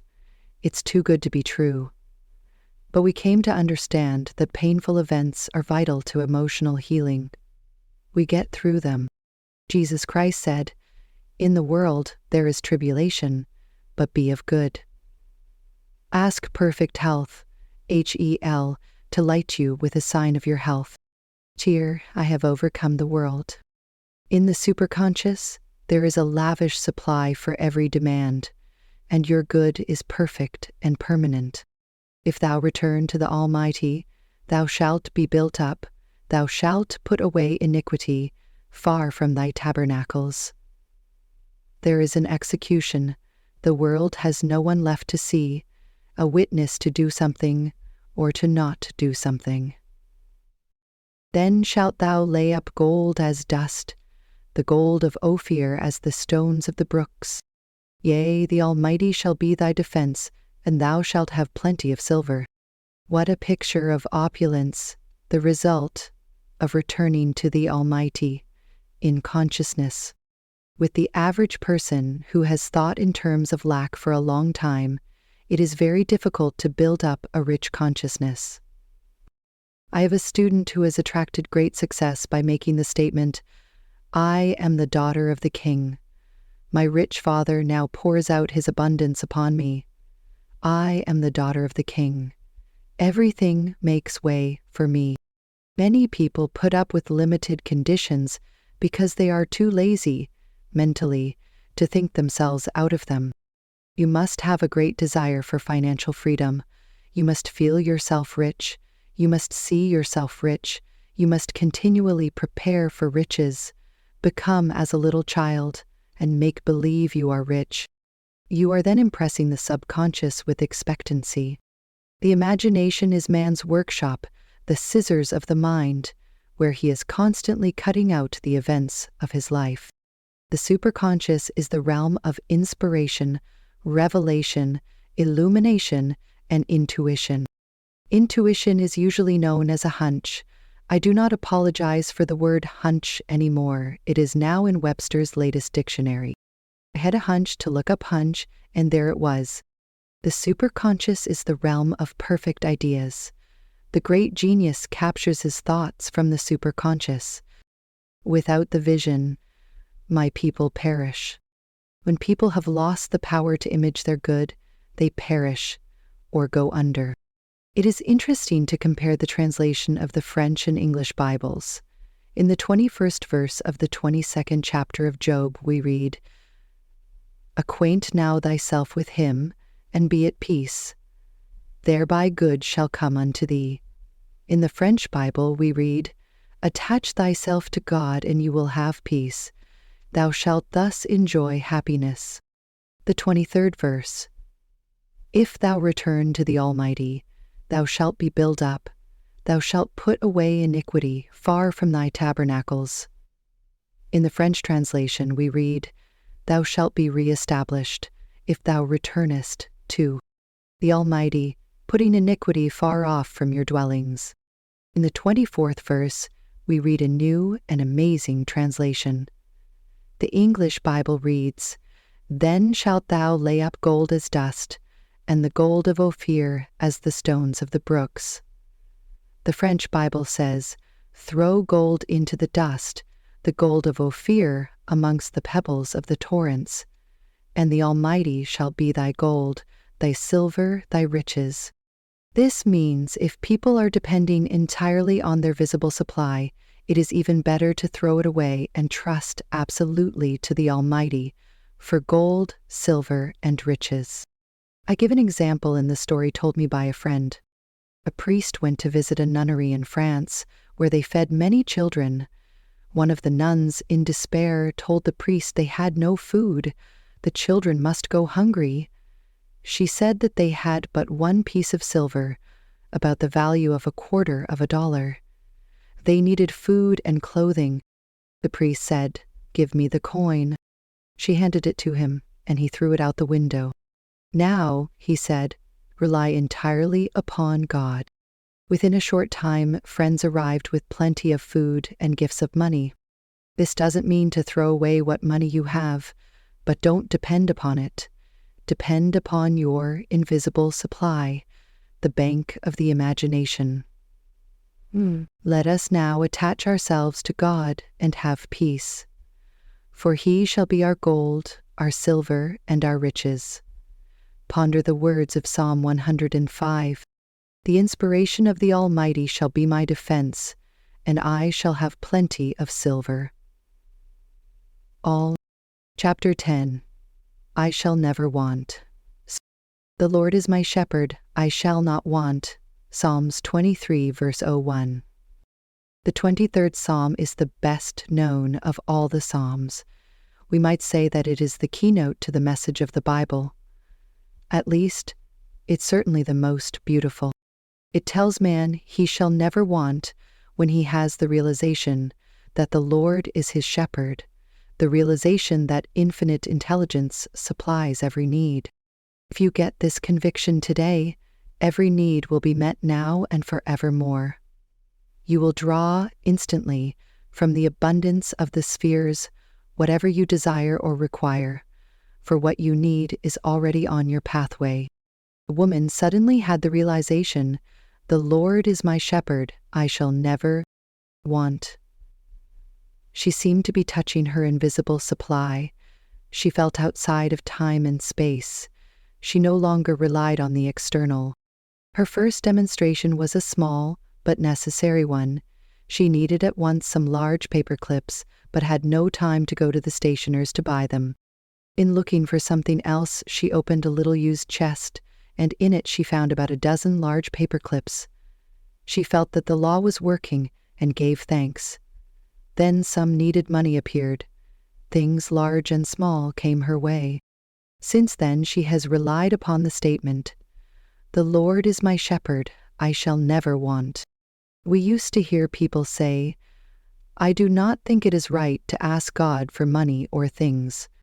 They did not realize that this creative principle is within each man. True spirituality is proving God as your supply, daily, not just once in a while. Jesus Christ knew this law, for whatever he desired or required appeared immediately on his pathway, the loaves and fishes, and money from the fish's mouth. With this realization, all hoarding and saving would disappear. This does not mean that you should not have a bank account and investments, but it does mean that you should not depend upon them. For, if you had a loss in one direction, you'd have a gain in another. Always, your barns would be full and your cup flow over. Now, how does one make this contact with his invisible supply? By taking a statement of truth which clicks and gives him realization. This is not open to a chosen few. Whosoever calleth on the name of the Lord shall be delivered.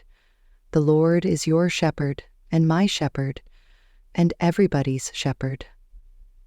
How today might be, while you occupy the room you fill with peace, godliness, magnetic wealth, and joy.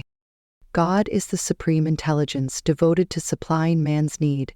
The explanation is, that man is God in action. Jesus Christ said, I and the Father are one.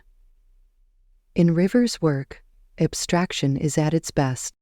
We might paraphrase the statement and say, I and the great creative principle of the universe are one and the same. Man only lacks when he loses his contact with this creative principle, which must be fully trusted, for it is pure intelligence and knows the way of fulfillment. The reasoning mind and personal will cause a short circuit. Trust in me, and I will bring it to pass. Most people are filled with apprehension and dread when there is nothing to cling to on the external. A woman came to a practitioner and said, I'm only a poor little woman with no one but God back of me. The practitioner said, You need not worry if you have God back of you, for all that the kingdom affords is yours. A woman called me on the phone and said, almost in tears, I'm so worried about the business situation. I replied, The situation with God remains the same. The Lord is your shepherd, you shall not want. If one door shuts, another door opens. A very successful businessman who conducts all affairs on truth methods said, The trouble with most people is that they get to relying on certain conditions. They haven't enough imagination to go forward, to open new channels. Nearly every big success is built upon a failure. I was told that Edgar Bergen lost his part in a Broadway production because they did not want any more dummies. Noel Coward got him on the Rudy Valley Radio Hour, and he and Charlie McCarthy became famous overnight. I told the story at one of my meetings of a man who was so poor and discouraged that he ended it all. A few days later came a letter notifying him that he had inherited a large fortune. He signed, I now avenged the death of my first in love to find you. The man in the meeting said, That means when you want to be dead, your demonstration is 3 days off. Yes, do not be fooled by the darkness before the dawn. It is a good thing to see the dawn once in a while, to convince you how unfailing it is. It reminds me of an experience several years ago. I had a friend who lived in Brooklyn near Prospect Park. She liked to do unusual things and said to me, Come to visit me and we'll get up early and see the sunrise in Prospect Park. At first I refused, and then came the hunch that it would be an interesting experience. It was in the summer. We got up about 4 o'clock, my friend, her little daughter, and myself. It was pitch dark, but we sallied forth down the street to the entrance of the park. My friend said to me, Why don't you go for the park? Some policemen eyed us curiously, but my friend said to them with dignity, We are going to see the sunrise, and it seemed to satisfy them.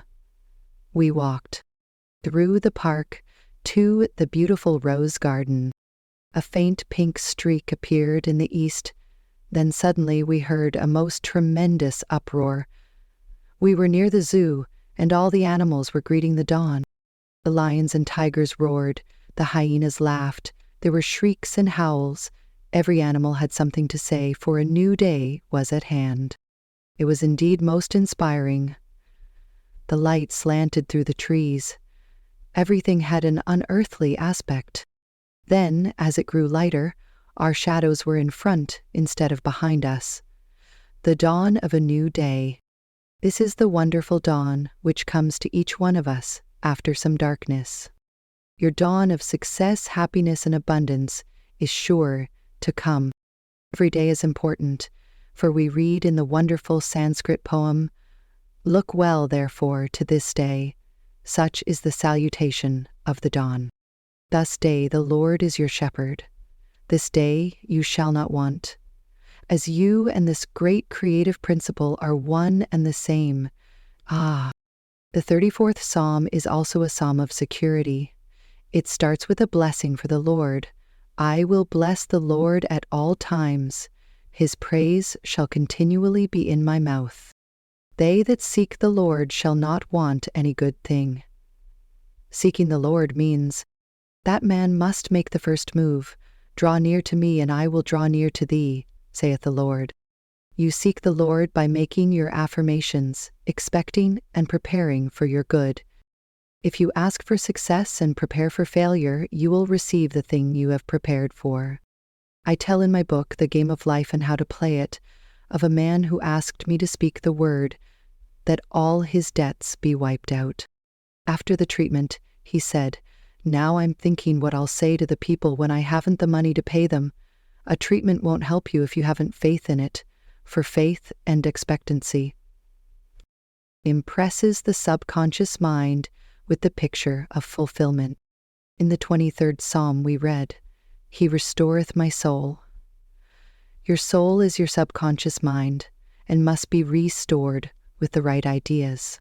Whatever you feel deeply is impressed upon the subconscious and manifests in your affairs. If you are convinced that you are a failure, you will be a failure until you impress the subconscious with the conviction you are a success. This is done by making an affirmation which clicks. A friend in a meeting said that I had given her the statement as she was leaving the room. "The ground you are on is harvest ground." Things with her had been very dull, but this statement clicked. Harvest ground, rang in her ears. Good things immediately commenced to come to her, and happy surprises. The reason it is necessary to make an affirmation is because repetition impresses the subconscious. You cannot control your thoughts at first, but you can control your words. And Jesus Christ said, "By your words you are justified, and by your words you are condemned." Every day, choose the right words, the right thoughts. The imaging faculty is the creative faculty. Out of the imaginations of the heart come the issues of life. We have all a bank we can draw upon, the bank of the imagination. Let us imagine ourselves rich, well, and happy. Imagine all our affairs are in divine order, but leave the way of fulfillment to infinite intelligence. He has weapons ye know not of. He has channels which will surprise you. One of the most important passages in the 23rd Psalm is, "Thou preparest a table before me in the presence of mine enemies." Reader, keep in mind what Paul writes in the 7th chapter of Concert Psalm. "I am the Lord's sitter in the 12th tribunal, and I can make the peace come." This means that even in the presence of the enemy's situation, brought on by your doubts, fears, or resentments, a way out is prepared for you. "The Lord is my shepherd, I shall never want." Chapter 11. Look with wonder. I will remember the works of the Lord. Surely I will remember thy wonders of old. Psalms 77:11. The words wonder and wonderful are used many times in the Bible.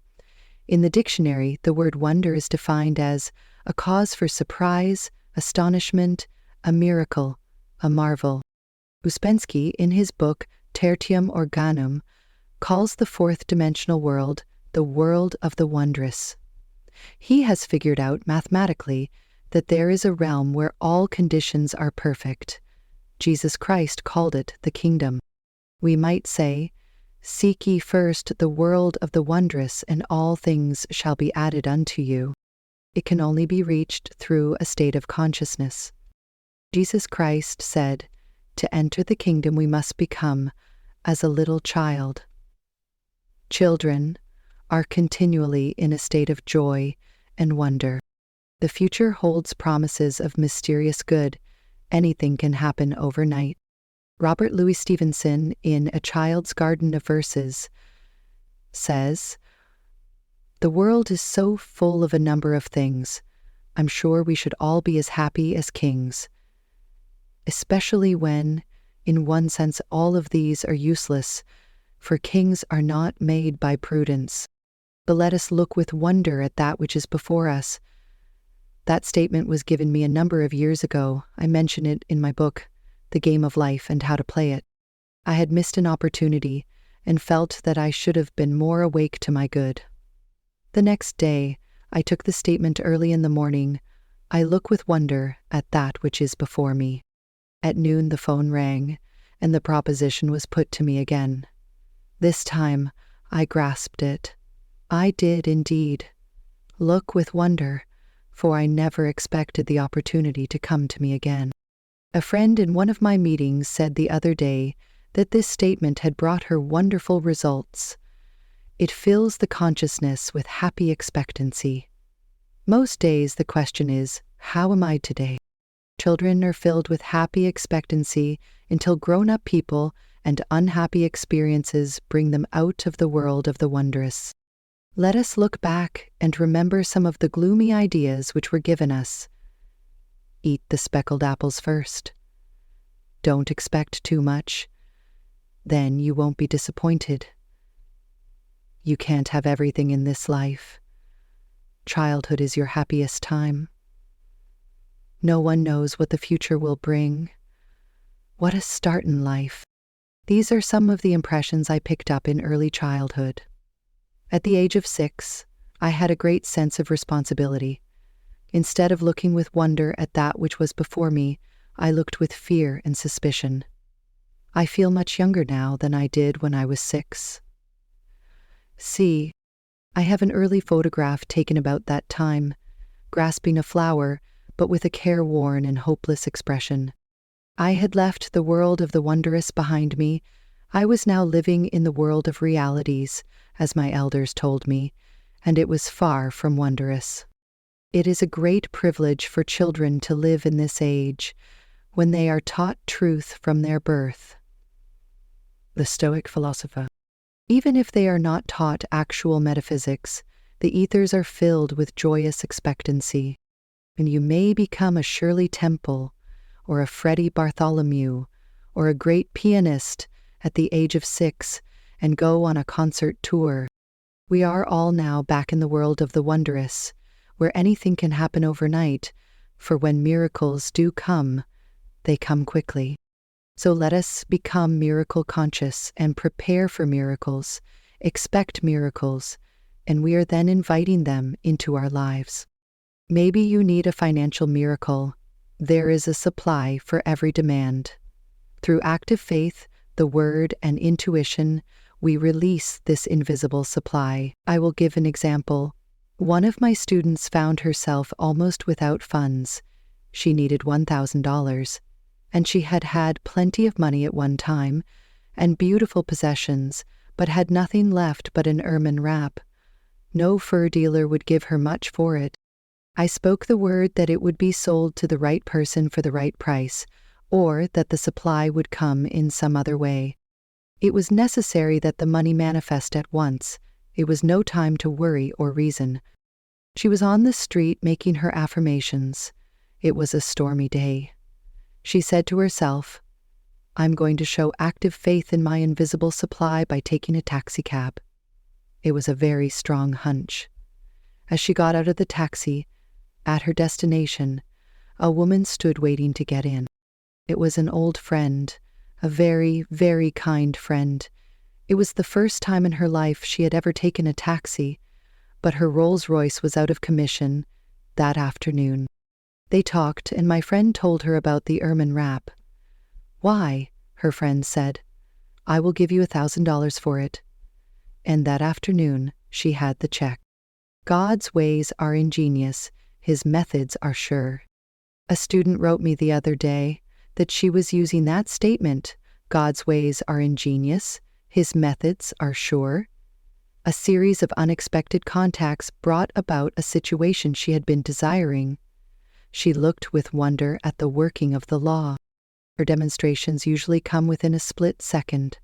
All is timed with amazing accuracy and divine mind. My student left the taxi just as her friend stopped to enter. A second later, she would have hailed another taxi. Man's part is to be wide awake to his leads and hunches, for on the magic path of intuition is all that he desires or requires. In Malton's Modern Reader's Bible, the Book of Psalms is recognized as the perfection of lyric poetry.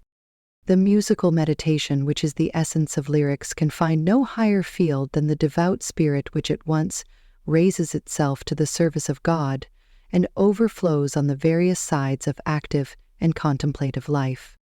The Psalms are also human documents, and I have selected the 77th Psalm because it gives the picture of a man in despair, but as he contemplates the wonders of God, faith and assurance are restored to him.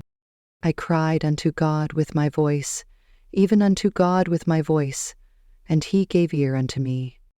In the day of my trouble I sought the Lord. My soul refused to be comforted. Will the Lord cast off forever, and will he be favorable no more? Hath God forgotten to be gracious? Hath he in anger shut up his tender mercies? And I said, This is my infirmity, but I will remember the years of the right hand of the Most High. I will meditate also of all thy work, and talk of thy doings. Thy way, O God, is in the sanctuary. Who is so great a God as our God? Thou art the God that doest wonders. Thou hast with thine arm redeemed thy people. This is a picture of what the average truth student goes through when confronted with a problem. He is assailed by thoughts of doubt, fear, and despair. Then some statement of truth will flash into his consciousness. God's ways are ingenious. His methods are sure. He remembers other difficulties which have been overcome. His confidence in God returns. He thinks, What God has done before, he will do for me, and more. I was talking to a friend not long ago who said I would be pretty dumb if I didn't believe God could solve my problem. So many times before, wonderful things have come to me, I know they will come again. So, the summing up of the 77th Psalm is, What God has done before, he now does for me, and more. It is a good thing to say when you think of your past success, happiness, or wealth. All loss comes from your own vain imaginings. Fear of loss crept into your consciousness. You carried burdens and fought battles. You reasoned instead of sticking to the magic path of intuition. But in the twinkling of an eye, all will be restored to you, for as they say in the East, what Allah has given cannot be diminished. Now to go back to the child state of consciousness. You should be filled with wonder. But be careful not to live in your past childhood. Solitude makes you recognize that there is more than one way to live a life. I know people who can only think about their happy childhood days. They remember what they wore. No skies have since been so blue or grass so green.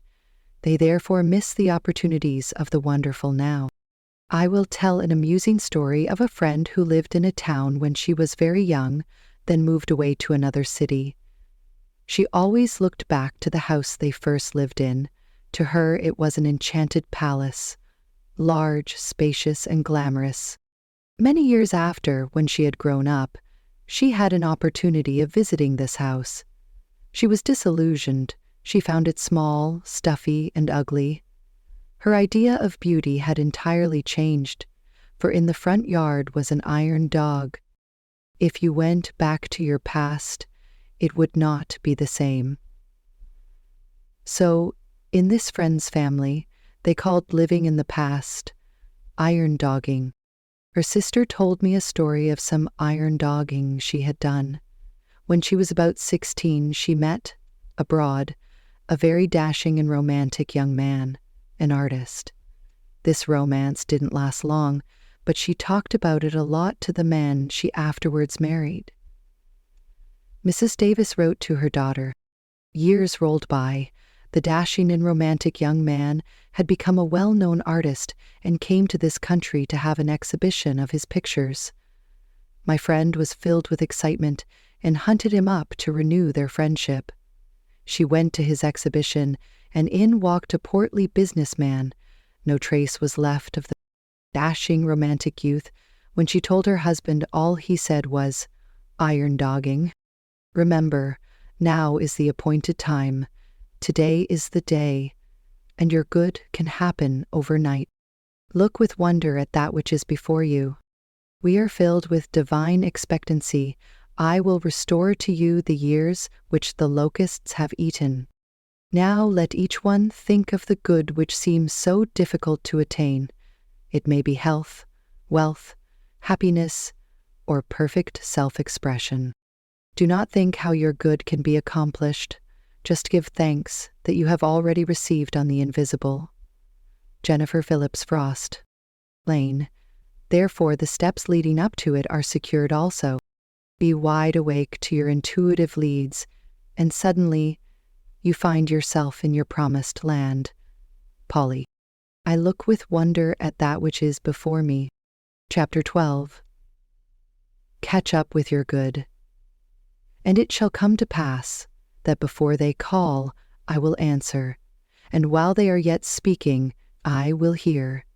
Isaiah 65:24. Catch up with your good. This is a new way of saying, before they call, I will answer. Your good precedes you. It gets there before you do. But how to catch up with your good? For you must have ears that hear and eyes that see, or it will escape you. Some people never catch up with their good in life. They will say, my life has always been one of hardship. No good luck ever comes to me. They are the people who have been asleep to the opportunities or through laziness haven't caught up with their good. A woman told a group of friends that she had not eaten for 3 days. They dashed about asking people to give her work, but she refused it. She explained that she never got up until 12 o'clock. She liked to lie in bed and read magazines. Hey, Amatai. She just wanted people to support her while she read Vogue and Harper's Bazaar. We must be careful not to slip into lazy states of mind. Take the affirmation, I am wide awake to my good. I never miss a trick. Most people are only half awake to their good. A student said to me, if I don't follow my hunches, I always get into a jam. I will tell the story of a woman, one of my students, who followed her intuitive leads, which brought amazing results. She had been asked to visit friends in a nearby town. She had very little money. When she arrived at her destination, she found the house locked up. They had gone away. She was filled with despair, then commenced to pray. She said, Infinite intelligence, give me a definite lead. Let me know just what to do. The name of a certain hotel flashed into her consciousness. It persisted. The name seemed to stand out in big letters. She had just enough money to get back to New York and the hotel. As she was about to enter, an old friend suddenly appeared, who greeted her warmly and whom she hadn't seen in years.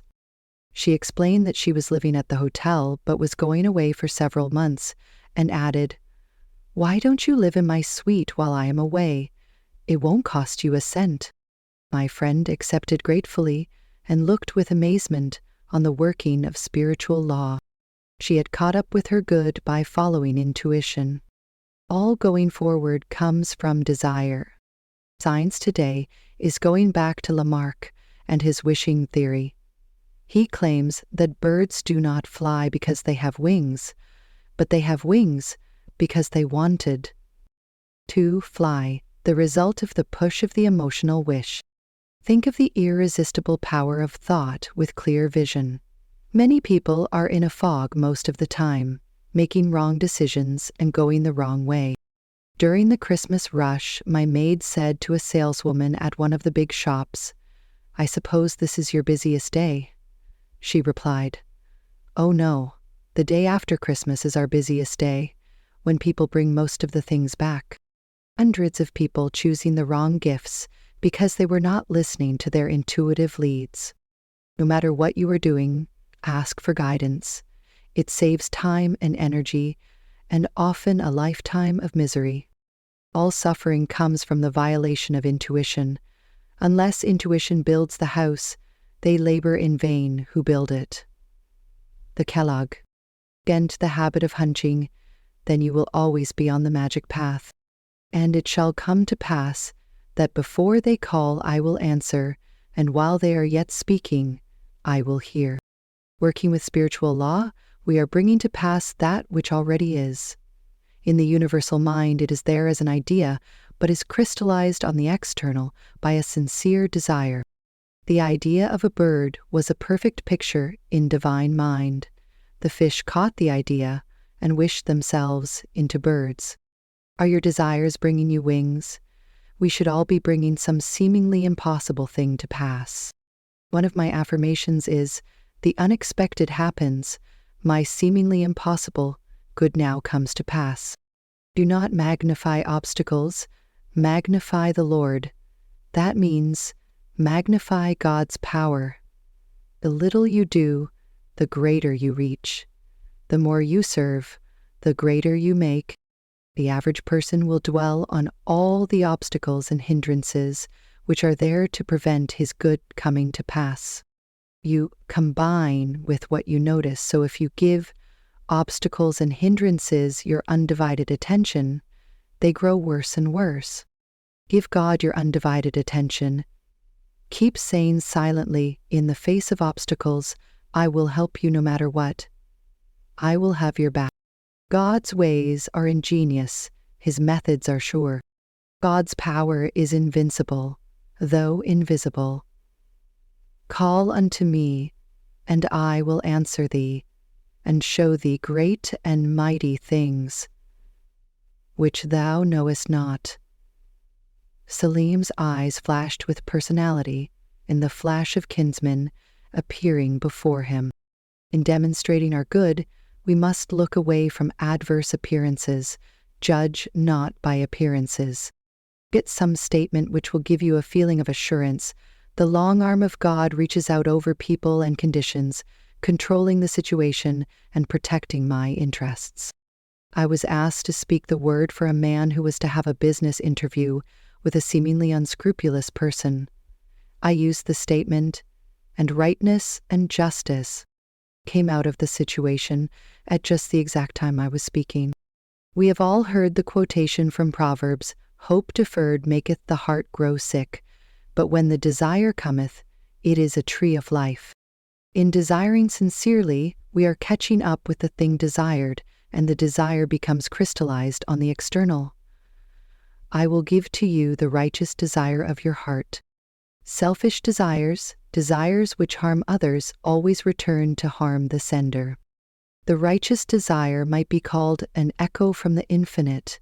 It is already a perfect idea in divine mind. All inventors catch up with the ideas of the articles they invent. I say in my book, "Game of Life and How to Play It," the telephone was seeking Bell. Often two people discover the same inventions at the same time. They have tuned in with the same idea. The most important thing in life is to bring the divine plan to pass. Just as the picture of the oak is in the acorn, the divine design of your life is in your superconscious mind, and you must work out the perfect pattern in your affairs. You will then lead a magic life, for in the divine design, all conditions are permanently perfect. People defy the divine design when they are asleep to their good. Perhaps the woman who liked to lie in bed most of the day and read magazines should be writing for magazines, but her habits of laziness dulled all desire to go forward. The fishes who desired wings were alert and alive. They did not spend their days on the bed of the ocean, reading Vogue and Harper's Bazaar. Awake thou that sleepeth, and catch up with your good. Call on me, and I will answer thee, and show thee great and mighty things which thou knowest not. I now catch up with my good, for before I called I was answered. Chapter 13. Rivers in the Desert. Behold, I will do a new thing. Now it shall spring forth. Shall ye not know it? I will even make a way in the wilderness, and rivers in the desert. Isaiah 43:19. In this 43rd chapter of Isaiah are many wonderful statements showing the irresistible power of supreme intelligence coming to man's rescue in times of trouble. No matter how impossible the situation seems, infinite intelligence knows the way out. Working with God power, man becomes unconditioned and absolute. Let us get a realization of this hidden power that we can call upon at any moment. Make your contact with infinite intelligence, and all appearance of evil evaporates, for it comes from man's vain imaginings. In my question and answer class, I would be asked, how do you make a conscious contact with this invincible power? In reply, by your word you are justified.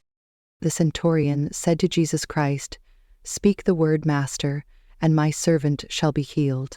Whosoever calleth on the name of the Lord shall be delivered. Notice the word call.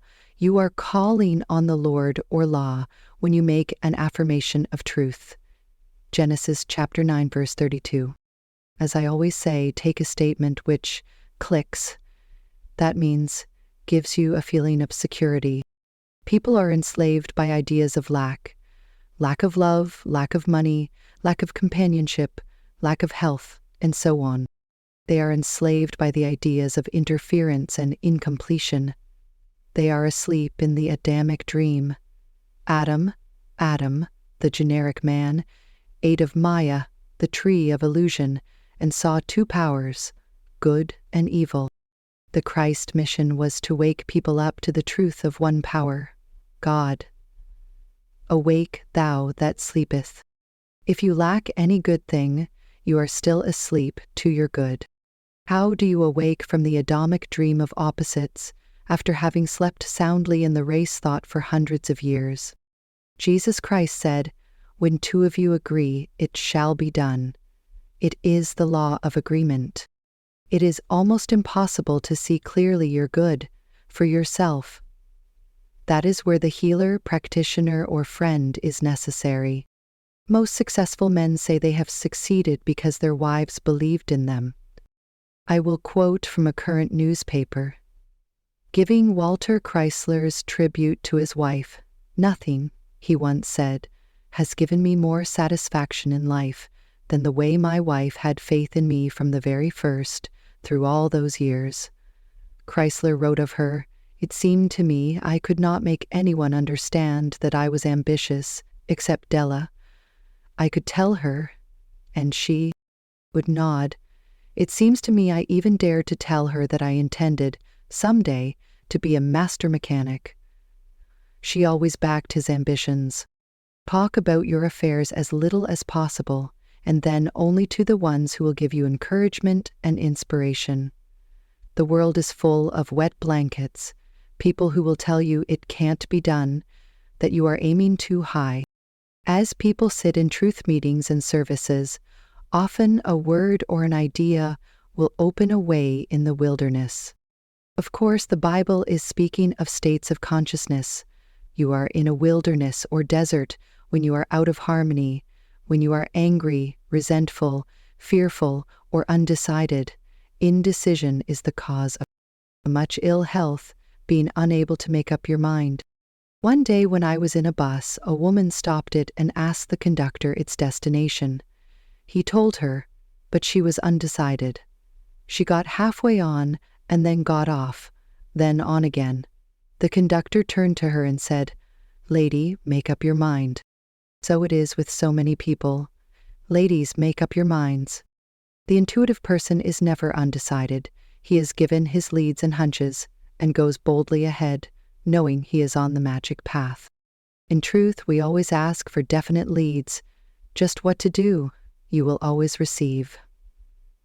Admond. 1. If you ask for it, sometimes it comes as intuition, sometimes from the external. One of my students, named Ada, was walking down the street, undecided whether to go to a certain place or not. She asked for a lead. 2 women were walking in front of her. One turned to the other and said, Why don't you go, Ada?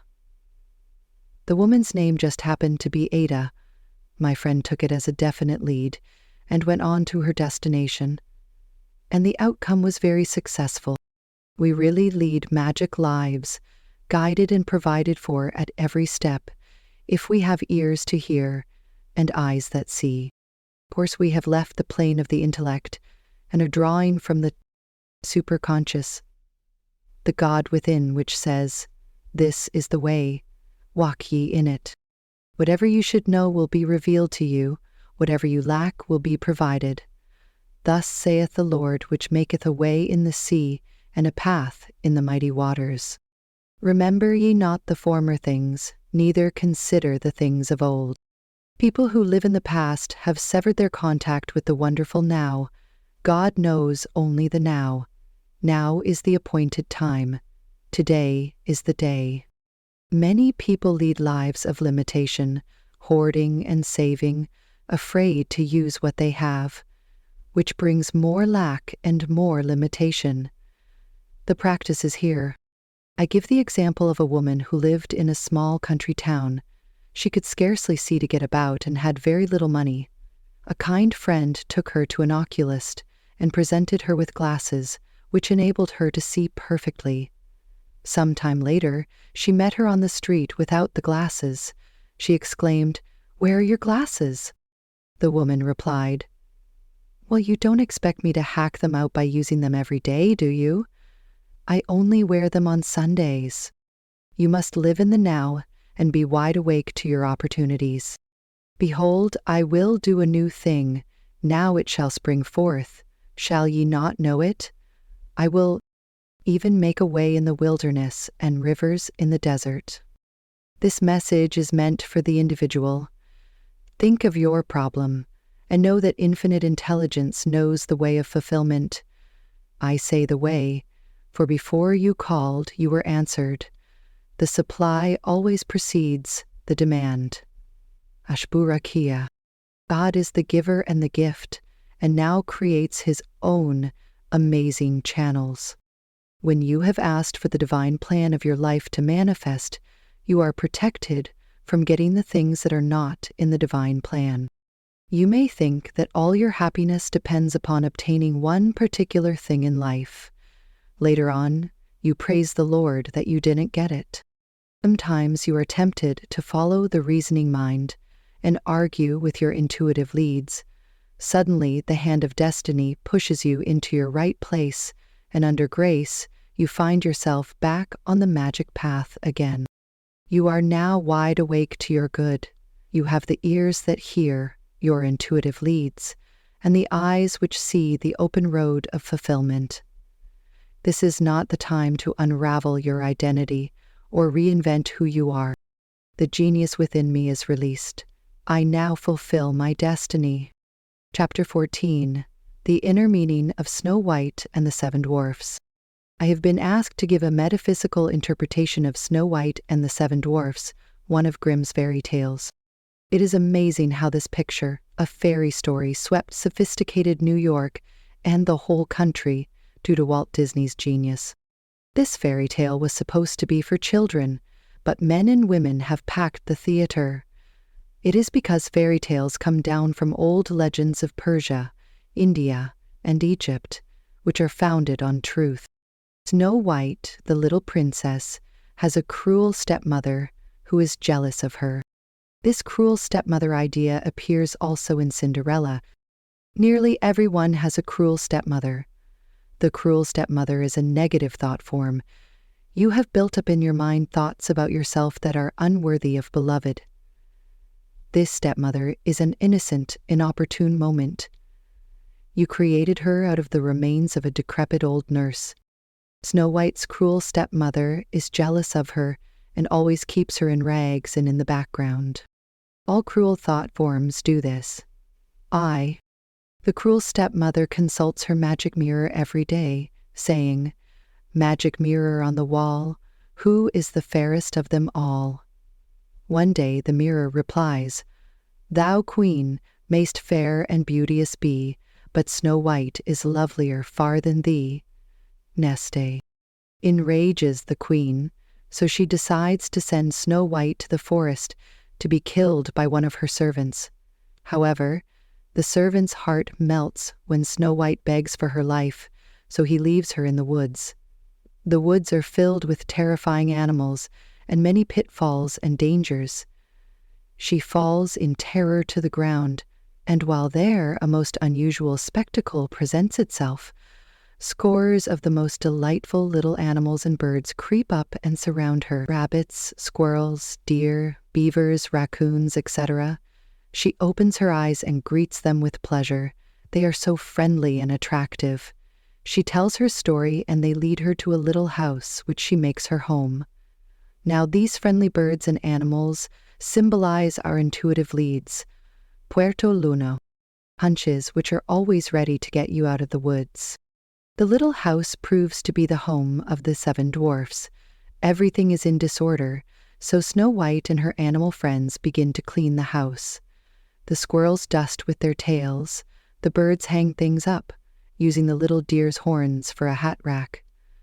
When the 7 dwarfs come home from their work of digging gold, they discover the change, and at last find Snow White asleep on one of the beds. In the morning she tells her story, remains with them to keep house and cook their meals, and is very happy.